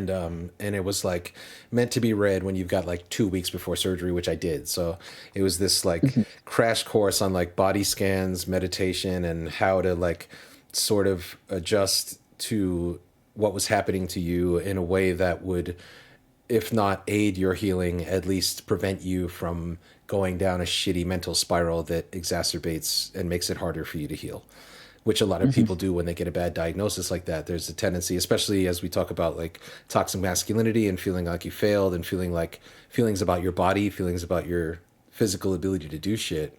It's very, very easy for people to be like, God, my fucking shitty spine gave up, shit the bed on me, so in thinking about, in the immediate aftermath, even of just knowing that like this part of my body, this C spine, had this huge structural weakness that I had not been aware of, or that was threatening my life and ability to move at the time.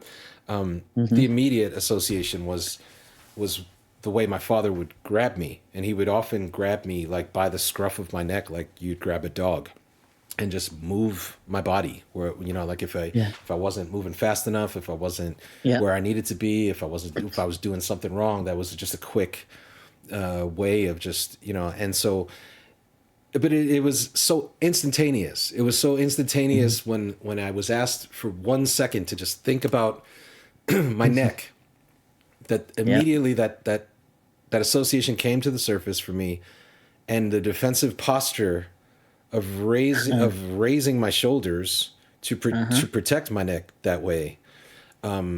I could feel it. I like, if Yeah. when I think about my neck, I would think about this and think about how I had to do this and like where this comes from, like, and yet it's something that in all situations of stress for the 40 years that followed, Mhm. Yeah. this the shoulders go up. You know, and like, Yeah. Yeah. until I thought about it and connected, why do the shoulders go up? Like, are the shoulders up? Where are the shoulders? Where are the Hmm. shoulders? Like, and for me, like, I was in yoga, you know, like the path to therapy went through yoga. Like, it was Yeah. because at the point where I was not yet ready to fucking go all the way into this shit, Hmm. I could still like feel the benefit of being what I would now say mindful in my body felt like, Hmm. Hmm. and how much I had disconnected from any feelings that my body was generating, and how much that was influencing my mental state and vice versa. Like, they are Yeah. crazy connected. Yeah. And Yeah. yeah, I had a conversation with Willow last week, and Willow was saying I feel mad wobbly in my body, and we were just like, yeah, like, and that led to a yoga conversation that we gotta get. Maybe we'll just get back to it tomorrow, Willow, on the stream. But you know, Nice. uh, yeah, because I was just like, oh, fucking child's pose, man. You know, sometimes my best Yeah. answer is like child's pose is great. Yep. Fucking Yep. put your forehead on the floor. I don't know why, but it feels Yep. so fucking good. It like It works. Yeah. the anxiety just dissipates. Yeah. Fucking, Yeah. Yeah. and yeah, there's things that I don't have any verbal or mental or emotional answer for, but I'm like, well, if you put your body like this, Yeah. that helps me sometimes. You know, like, Yeah. yeah, it's funny. So your feet touch So the there's floor, a huh? yeah, Yeah, exactly.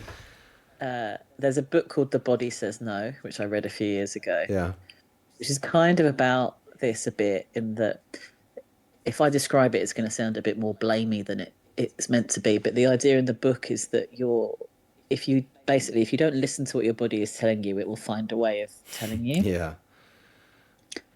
And it's interesting you talk about that thing where your like spine and neck stuff being connected to that memory. And also, if you think about the sort of, you've obviously written about this in your songs, but like what the spine means and what carrying weight on your shoulders means and the poetic imagery behind yeah, that yeah, is interesting. yeah, So for me, I got long COVID and it basically gave me chronic fatigue, essentially. mm, And what I find poetic about that is that I'm someone who has consistently burnt myself out by mm, using up my energy and going beyond it again and again and again and again and again. yeah, And it's almost like my body was like, that's enough. yeah, You're yeah. not doing this Right. anymore because I'm going to give you this. Yeah, It's like, yeah, and it's not, it's not as combative as that. It's not me versus my body, but it forced me to listen to my body and my energy levels. And I've had to completely relearn how to manage the condition. And I'm in a much, much better place now as a result of listening to my body. yeah, But yeah. I find it interesting the kind of the poetry in that Mm, of the like, okay, you're going to keep fucking yourself up with your energy. I'm taking it away. Now yeah, what? yeah. Yeah, same, same. Like, so much had to change for me. Yeah. Yeah. Yeah. And I'm glad it did because actually my life is better Mm, same. and my relationship with my body is better. We've got a way to go, but Same. better than it was. Yeah. Yeah. Yeah. I was having this conversation about willingness with my therapist, and we were talking about some of the things that I just really fucking struggle with. Mm-hmm. And some of it is just like diet, exercise, sleep. And it's just like, Mm-hmm. it's the most basic self-care, physical shit. Yeah. And, Yeah. and yet, you know, when I'm checking in with someone week to week who's like, are you sleeping? No. Are you sleeping? No. Are you sleeping? Well, I tried, but no. Like, and like I make progress, but I make it so slow, and I have to, like, it's the willingness. It's the, like, I feel this like deficit of willingness, and I'm like, why? And then the answer is kind of like that I never cared what happened to me. Yeah. Like I, whether that's because I had an underdeveloped sense of intrinsic worth, or because I learned that I could tolerate punishment, like physical Yeah. punishment. And Yeah. that once I had that ability to tolerate it, I kind of told myself it was a superpower in a way, to where it's like, I don't care what happens to me. And that's my Mm-hmm. superpower, because you care what happens to you. And if it's me versus Yeah. you, like, the one who cares the least is going to win. Like, and Yeah. Yeah. it's a common like brag, like in hip hop, just, I just don't give a fuck. I'm fucking crazy. Yeah. Like, and I really felt that. Like, I was, you know, like, you will stop, you will take a break, I will keep going. Like, Mm. and that is going to help me win, you know. And and and only after I had broken my own spine, you know, did I like start to give a fuck what happened to me, like, Yeah. and realize like how real that really is, like. But Yeah. that's what's rewarded when you're young, is like, wow, he doesn't give a fuck, he's fucking crazy, like, this dude will crash out, Mm-hmm. this dude will fucking, you know, like, and yeah, it's wild. I think about that, and Yeah.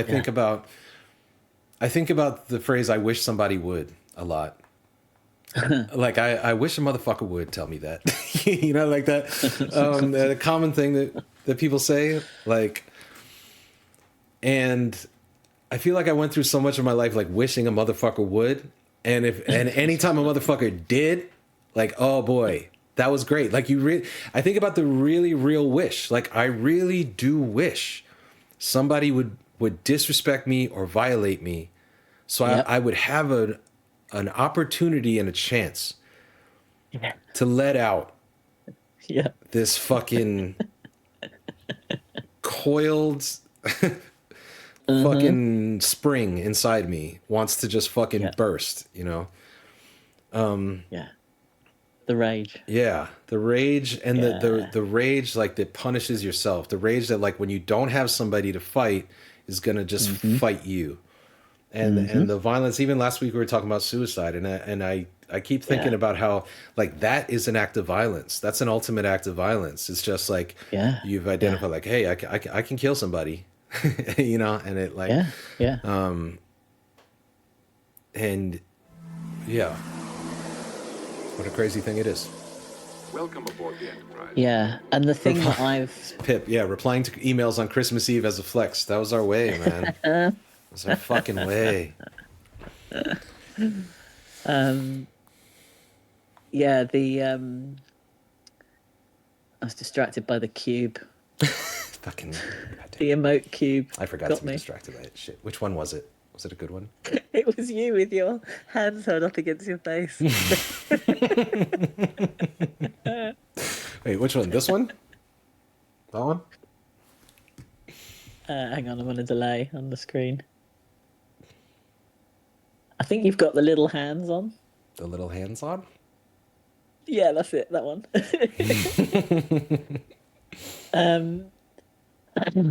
What was I saying? Yes, what I've learned is that when I do those things that are that kind of basic nurturing, so like you say, sleep, food, like care, it, like, I follow it often in a bit of a perfunctory, grudging Yeah, way. it's like, all right, I'm fucking here. I'm here. Fine. Yeah, exactly. But every time I do it, I'm telling me that I'm important through those actions. Yeah. And that was the bit I wasn't, like, I think I was seeing it as like maintenance on a car. Mm-hmm. Yes. Where it's like, okay, fill up the oil and check the tire pressure. Yes. And at my age, it But was like, the car's so fucked. Fuck it, man. The car's only got 10 more years on it. Why fix the motherfucker at the end of its life? like it's done now. Yeah. Yeah, no. I feel that. Yeah. Whereas what I didn't realize was that doing those actions is a message in and of itself to me that I am worthy of that care and that that's important as well. Yeah. Yeah. Yeah.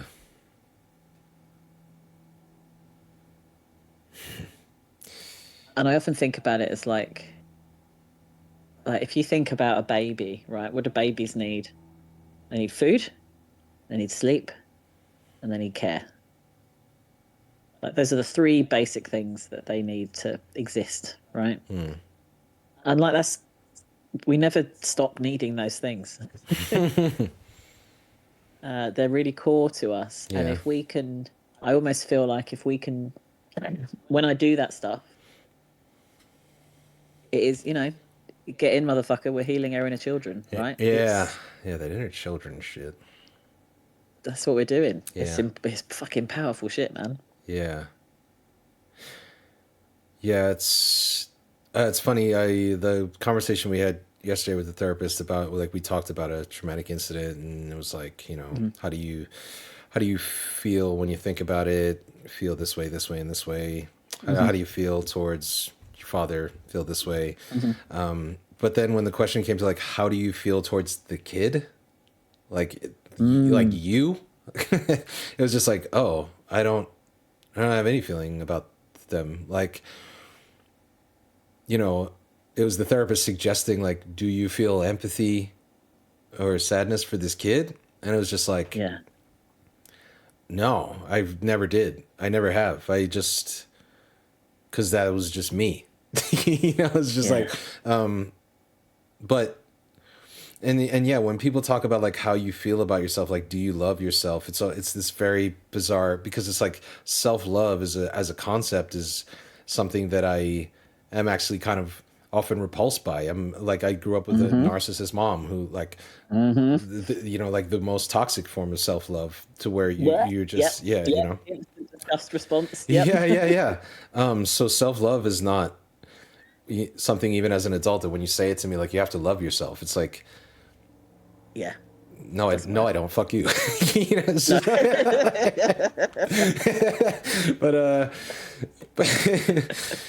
But like, when I think about, when asked, like, what do you think about that kid in that situation, it's just like, I guess that would be the root of it. I guess that's part of that that disconnection thing of just like, disconnecting from. I have, like, a huge capacity, I think, to show intimacy towards others, to show care towards others. But ask me to show it towards, like, any version of myself. And it's just like, oh, not happening. He needs that. Does he really need that? Like, so I remember radical concept worthy. I remember the first therapy session where my therapist got me to connect with my inner child and, like, feel them. And, like, it was intense. But I can honestly say that opening that door, which was very shut and locked and sealed up. Yeah. Kicking open that door was like a turbocharger on my healing. And yeah, it was really important that I did that. And like inner child work is still something I there's some like practices and stuff you can do like on your own to sort of connect with it. That I do every now and again when I'm feeling particularly dysregulated and kind of fucked in the head. And it fucking hell, man, it makes a really big difference. But I had to approach it very slowly. Yeah. Yeah, there's a lot of overwhelming emotion even when I go near the concept for sure. Yeah, which is It's like a big exposed nerve. And you're very aware that it's a big exposed nerve and you don't really want to touch it. yeah. But you also know when you're getting near it and you're like, Yeah. It's when the therapist makes me cry and I feel like she's beating me. I feel like, God damn it. Like, shit. See her writing in her book. She found it. You win this. I would have gotten away with it if it weren't for you kids. yeah. Wouldn't get away with it if it weren't for your empathy and therapeutic skills. Yeah, shit. But yeah, it is wild to think about because I would never ask a kid in my care to go without any attention. No. But yeah, like I've been actively taking care of kids for fucking 25 years, and someone's like, you were a kid once. Have you ever thought about them? And it's like, oh no, you don't need to think about that one. No. I don't even think about that one's fine. It's fine. We don't talk to or think about that one. That one's gone. And the fact that I'm responding like this is proof that it's fine. Yeah, such a. Because I have like almost a visceral reaction to even the phrase inner child, and like I have for a long time. It's like, which is fucked again because I care for children. But if you say inner child to me, immediately a part of me wants to react like, fuck off with that shit. Like, I feel like it's a phrase that's almost easy to ridicule, and maybe is ridiculed in popular culture. Yeah. Like, oh, your inner child. Like, yeah, it's funny because it's just, why do we have to do that? Why do we feel that response? Yeah. Just an aversion to the idea that some part of us is still a child and like, or because that's one of my favorite parts is taking mushrooms is I feel like that child again, like, and I have that awareness and like experience a little bit of the like magic of it. Yeah. And when you see kids, that's how they are. They behave like lunatics to us because they're either like deliriously happy or like they're experiencing the full range of fucking emotions. Yep. And managing it is like fucking like, whoa, like to our adult sensibilities is just like, you're too happy right now. You're too sad right now. You're too like rein all this in and like get yourself in a little box like me and then tell yourself there's no inner child. Like, yeah. And that's being grown up. That's healthy. Right. And yeah, to a man, it's like, hey, would you like to spend some time thinking about the part of you that just wants to cry for a long time? You know, would you like to engage with that? Yeah. And try and regulate it, try and hear it out, try and like listen to what it would have to say. Ugh. I ain't got no time to babysit myself. Fuck. I find the disgust reaction really interesting because it's for me anyway, it's attached to shame. So if I have a disgust reaction to something other than like, rotten food, but like a disgust reaction to like an emotional thing or a concept, for me, that's a sign that there's some shame in there somewhere. Yeah. So that's what I sort of go digging around to be like, okay, what's happening here? Let's lift some things up. What's going on? Yeah, yeah. Well, I mean, it makes Let's sense, poke man. around in some drawers. What's Yeah. happening? I mean, one of the first things you say to kids, you know, or you can say to kids is don't be a baby. Like, are you, Yeah. like, you can accuse them of being the age that they just were. And Yeah, yeah, shit works. yeah. It Yeah. does. Like, you know, and sometimes it can be a reminder of like, hey, you know, like, we've been through this. Like, you don't fucking throw your food across the kitchen. Like, Yeah, sure. are you 12? You know, it's one of our remotes. Like, are you at an earlier stage of development than I expect you to be at? Like, Yeah, a bit of an accusatory thing of like, you're supposed to be past this, grow up. Like, yeah. and to where that's like, you know, you're behaving as if you don't know things that you know. That's one thing, but emotionally there is no grow up essentially, you know. No. There's not like you're feeling sadness like a fucking 2-year-old, feel sadness like a 15-year-old, you know, feel sadness like a 40-year-old. It's like it's sadness is sadness, like, but yeah, somewhere in that grow up lesson, like grow up and stop feeling these emotions is part of it, or seems to be part of it for a lot of us. Yeah. Willow says Excellent point from Willow. there's a Yeah. theory that goes along the lines that because as children we couldn't protect, control, manage, meet needs, actualize ourselves, which leads us to perceive that as weakness and lacking autonomy, and therefore we shy away from or are repulsed by, what do you mean we still have needs? Yeah. Yeah. Yeah, absolutely. Yeah. Your brain is never too old and inflexible. Our brain is plastic kind of forever. Yeah. Yeah, kids are dependent in that way. Yeah.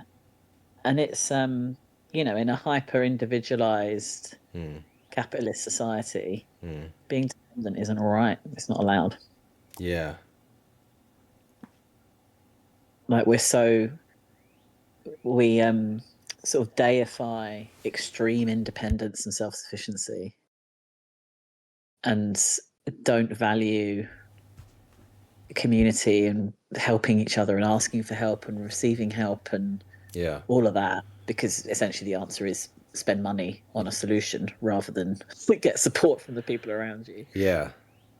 um the Yeah, no wonder we see dependency as weakness or as a bad thing or as something to be ashamed of or something to distance ourselves from. Yeah. It's something I struggle with a lot. So something actually the wider Discord community, and actually this will lead us into the questions, Right. has really helped me with is I'm not a I'm not a massively sociable person. I get kind of quite overwhelmed by in-person socializing. You know, I'm not a big fan of very noisy, loud places, which most social events take place in. Yeah. So throughout my life, I've always had like one or two close friends, but never like a community really. And what Twitch and Discord has offered me is probably the first kind of proper community of my life, really. And fuck, I'm so glad it's such a good one. Yeah. Yeah. That is safe for me and, you know, is really solid politically and isn't transphobic and all of that shit, you know, like I feel really safe here. But it's helped me work on asking for help and reaching out and connecting with people, which is not something I'm very good at. And I feel like I'm finally learning the bit of like healing that is about being with other people and depending on other people and them depending on you and people having foibles and fucking up and you working it out with them and all that good stuff that happens in a community is not really something I've been able to access before. Yeah. And I can in this one, and I'm really, really grateful for it. Same. Ah. Oh, thanks, Mac. Ah. Good feelings. So we've got 3 questions. Nice. Well, okay. Only one of them is a question. Okay. The first one is, why are you both such sweethearts? Oh my God. Oh my God. Which neither of us are going to feel comfortable to answer. So we'll just skip past that one. Yeah, I agree, Mac. I reckon that was Willow. So 2 questions that are kind of similar, to be honest. So I'd love a discussion on the importance of healthy male friendships. And how important do you think it is for men to tell their other male friends that they love and appreciate them? Important. Real important. Yeah. Yeah. Healthy male friendships. They exist. They do. They could be better. Yeah. Yeah. I think like all of us are coming from our individual background of masculinity, and we meet in male friendships. Yeah. And yeah, it's, you know who you're interacting with in a sense, or like there's a shared language that can or cannot be helpful. Yeah. And yeah, part like all what we're saying about how dependence is something that we're afraid of, or we're afraid to express, or when we need each other, or how to be there for each other when we need each other. Like I had my first panic attack ever in my dad's presence, because I had moved back to their house briefly after I moved back from New York City, and I didn't know what the fuck was happening to me. I thought I was having some sort of medical issue, and my dad was a EMT, so he would know if you were having a heart attack or some shit. Right. So I remember I left. I probably had smoked weed outside or something. Came into the house, started having this panic attack, and went downstairs to see him, where he was just like watching TV in his usual spot. And I was like, I don't know what's wrong with me. Like and I remember sitting in the chair next to him and just having a fucking panic attack for probably an hour while he sat right there and didn't do anything. He was like, oh, you'll be all right. And he sat there. But and I think about that moment all the time, because he didn't tell me leave. He probably was like, are you going to fucking die? Like, what do you do? Like he probably didn't know what was going on with me, and I didn't know what was going on with him, but there was nothing we could say to each other. It was just purely like, here I am, if you die, I'll pick you up and get you to a hospital, and I feel that sometimes in male friendship. I feel like that's what we sort of do for each other. Like when we don't know what else to do, we kind of just, hey, you good? Yeah. It's like this. We have no language. We have no, and that's not every male friendship. That's some male friendships. That's, different people are able or more comfortable to express themselves. And again, I'm talking about a lot of people outside of this community. I have male friendships within this community that are much better than that.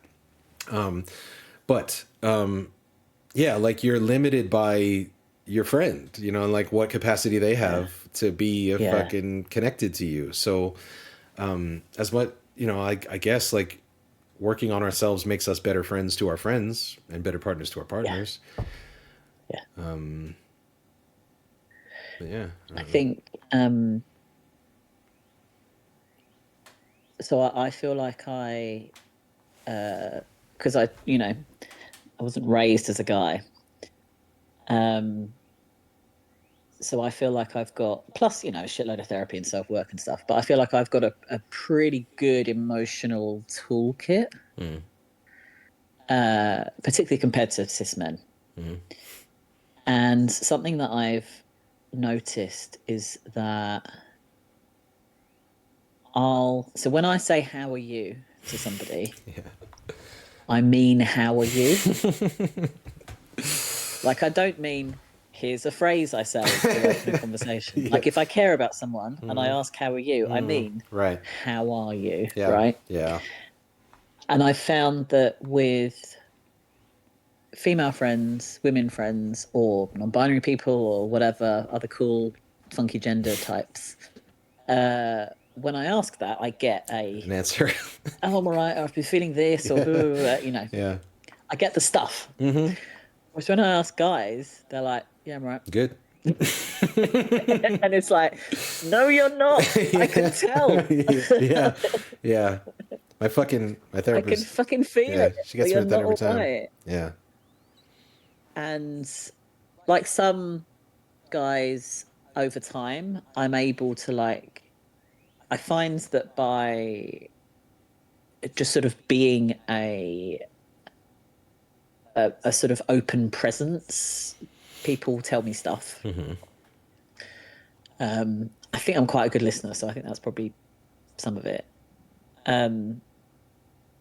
Over time, people will, like men will open up to me a bit more and tell me a bit more.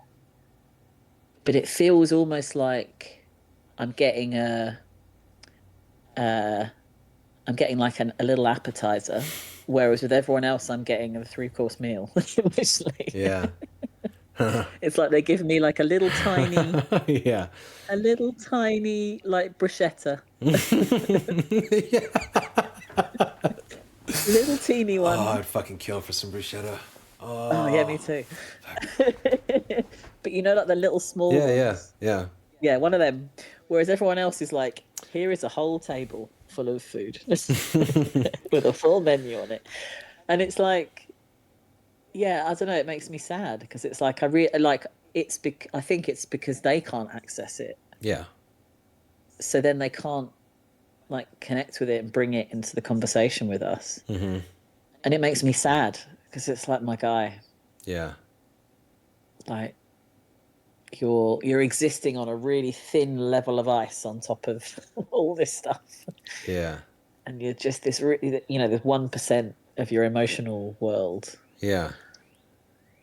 Yeah, the lie that we can be self-contained and handle it all is really, really Yeah. pervasive, and in many ways, like if you ask a guy, "How are you?" that you hear that as like there's a hearing of it or reading of that statement that is like, "How are you?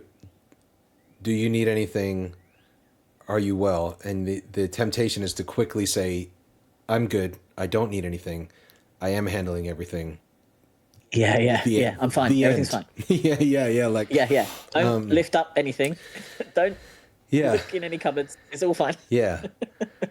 I sent you a TikTok that you couldn't get because you weren't on TikTok, but it was it was Bill Burr, who's like, I actually, man, he's this comedian I keep hearing talk, and I keep paying attention to him. Like, you're close. You're close to good things. Are you gonna do good things with this, or which way are you gonna go? Yeah. And but he says like intelligent shit about men that lets me know like he must be in some kind of therapy, or he's at least like digging into this shit. And he talks about how there's two settings a man is allowed to be on: either raging, freaking out, falling apart, or fine. Yep. Your dad is freaking the fuck out. Send him out into the yard with a beer. He'll be fine. Yep. He'll come back when he's fine. You're allowed to be fine, or you're allowed to be like. And so, how are you? Is like, are you fine or are you freaking out? I'm fine. Like, and then it's like, you know, exactly. and occasionally you'll get like, I'm freaking out, and then it's like an emergency, and it's like, oh shit, okay, well, you know, like, then you find yourself there with your guy friends too sometimes. Yeah. In emergency, Yeah. in crisis, you know. Yeah, and actually, if there was a if they'd accessed the middle way between those two things, we wouldn't end up in the crisis bit. Yeah. Yeah. And we wouldn't put others in the crisis bit. Yeah. Yeah. Or drag them there with us. Yeah. Do you want to read Max? Yeah. comment. I try really, really hard to read if my friends are comfortable with the word love or not. And if I don't think they are, I'll try my best to let them know I appreciate them in a less intense way. I know how much I struggle to perceive other people caring for me, so I am actively trying to be better at letting others know. Mm, Yeah. yeah, Yeah. it's Oh, yeah. it's Perhaps so that trauma. Yeah. it's uh it's something I'm working on expressing to people, Mm. but still find hard to do Yeah. because family trauma and all that shit. Yeah. Yeah. Yeah. Um, but I try very hard, and I think I don't know. People have to tell me, but I broadly think I do all right at like being like expressing. It's almost like what I'm trying to do is like send compassion and empathy out so that people can feel it, even if I don't say it. Yeah. Yeah. It's like I'm sort of That makes it's sense. coming out of my pores or something. I That don't makes know. sense. Yeah. Just act in a loving way. Yeah. Love as a verb. Yeah, exactly. Um, and just trying to sort of be kind and compassionate and feel empathy towards people. And it's something that I sort of consciously have chosen to do. Yeah. And I do not always manage it by a long shot. But I consciously try, and it's almost like the like loving kindness idea in Buddhism, where the purpose of the loving kindness meditation is that you are trying to feel it towards someone who you don't like or don't know, or like you start with the easy stuff, like people you care about, and then you sort of go up the levels. Yeah. And it's a sort of it's literally a practice, like a conscious practice. It's not, oh, you will magically feel this fucking shit. You fucking won't. You've got to try. Right. Right. You've got to try and feel it towards people, and like almost fake it till you make it to feel it. Which is I feel like that and the sort of consciously trying to believe in the innate goodness of people are things I've chosen to do. They're not like conclusions I've come to. Yeah. Yeah. Yeah. They seem almost like antithetical to survival too sometimes. Like it's when you say like consciously choose to see the good in people, immediately there's a part of me that's like, you can't do that because that will get you'll get fucked over by bad people. And the yeah, I that's the difficulty with community having experienced trauma Yeah. is to know that there is another capacity in people also, and Yeah. to have been affected by it, Yep. and to choose not to let that not let that be your setting with everyone feels like leaving yourself unprotected, especially at first and without practice. It's a thing that, letting your guard down. Yeah. But what I've discovered is that if you go into situations with that openness and kindness and belief in the goodness of people, 99.99999% of the time they will step up to it and meet it. And since I have made that choice, I've had better interactions with a broader spectrum of people than I did before. Yeah. And also, there's a bit of me, or a big bit of it is like, this is how I want to live.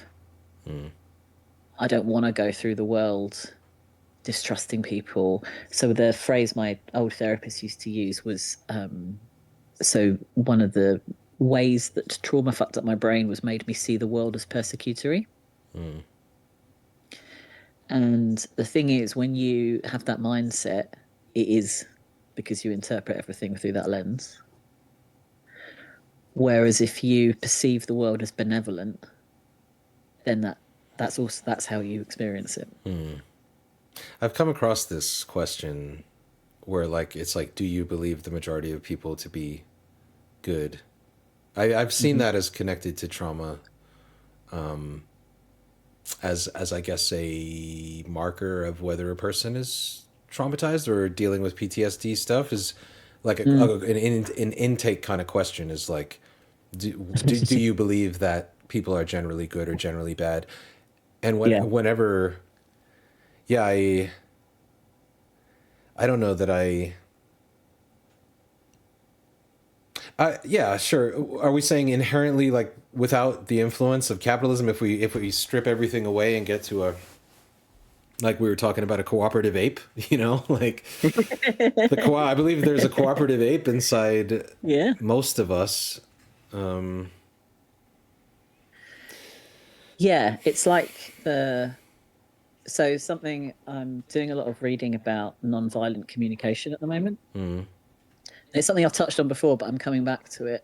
So I'm in an anti-racist book group, and we meet every fortnight, and we've been going since 2020, like post George Floyd we started, and we've kind of meandered all through kind of different kinds of Black literature and writing and stuff, and we're now looking at like nonviolent communication as a way to think about how do we move through the world in like an anti-racist way, because we don't have the tools for it. So that's how we got to there. And within one of the sort of central thoughts in nonviolent communication is that all behavior is just trying to get a need met.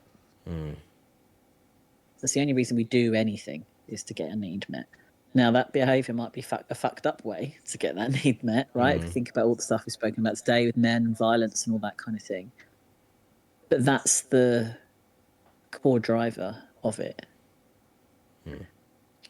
So the way I try and think about it is like, people have only got the tools to hand that they've been socialized with or grown up with or been role modeled to them by their fucked up parents or society or whatever. So if those are the only tools they've got, they're the tools they're going to use. And it's not about, I try and think about it less in terms of fault. But there is responsibility. I believe that everyone has a responsibility for how they behave and what they do, absolutely. But I can also understand that it's not as simple as person does bad thing, therefore is bad person, the end, black and white, really simple. Because it's not. It's more complicated than that. And there is definitely a bit of this in terms of the like believing in the innate goodness of humans, and that, you know, Willow described it in chat as a sort of vulnerability, which it is something I realized maybe a year or so ago in therapy, was that whatever happens to me, I'll survive it, because I've survived all the other shit that's happened to me. And there's something really empowering in realizing that. Because it's like, yeah, shit will happen. Shit happens. I'll be all right, though. I'll get through it. Yeah. I've got through all the other stuff. I've got through some really nasty shit. I'm still here. And it's, there's a freedom in that. I might give you the last word. Have I timed it right? Is Cutter almost on? Yeah, nearly. All right. Before we get too deep into anything else, thank you for fucking kicking it. It's been another great conversation. Thank you for having me. Yeah. Did we miss anything? Is there anything in the chat? I know I've missed fucking chat. I'm going to have to go back. There's been some great comments. Yeah, there really have. Having a look. Thank you to the chat. Thank you to everybody who's been putting great comments in the chat. Sorry if we missed them. Unpin this message. I can do one last scan. As been said, having a social group was something that I mostly lost when I left school and that I found again here, and I love you all for it. This community is full of beautiful, creative, intelligent, hilarious, and loving people. It's been incredibly healing for me to have your influence in my life. Thank you all so much. Thank you, Pezabeth. Hell yeah. Now I've done. Now Cutter, if you're listening, go live now. Thanks, Ellen. Thanks, Robin. Yeah. John, it's been fun. 10:30. Thank you for the raid. Got anything going on? Anything coming up? We could just fucking talk shit now. My cat's just appeared and is chasing her favourite foam ball around the living room floor. Nice. She's got this little foam ball that's like the size of a golf ball. It's like pink foam, and it was the first toy she ever like interacted with when we first rescued her, and it's her absolute favourite. And it's got like bite marks in it, and it's dirty, and it's covered in drool, and it's in a bad shape. She absolutely loves it. It's like her favourite toy ever. Fucking hype, man. 2 a.m. zoomies. Exactly. Yeah.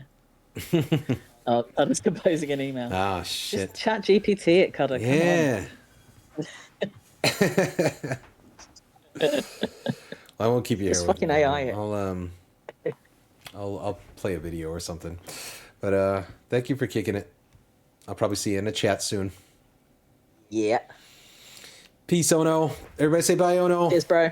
Peace, bro. Bye, everyone. Bye. That was Ohnodotjpeg. Give him a follow. He streams sometimes.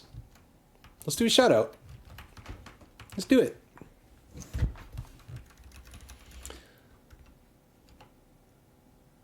Yeah. Yeah, it was a really good conversation. Thank you for giving the shout out. Tomorrow, I'll be back for more conversation on a similar line. Me and Willow are going to hang out in Minecraft and talk about mindfulness and therapy stuff.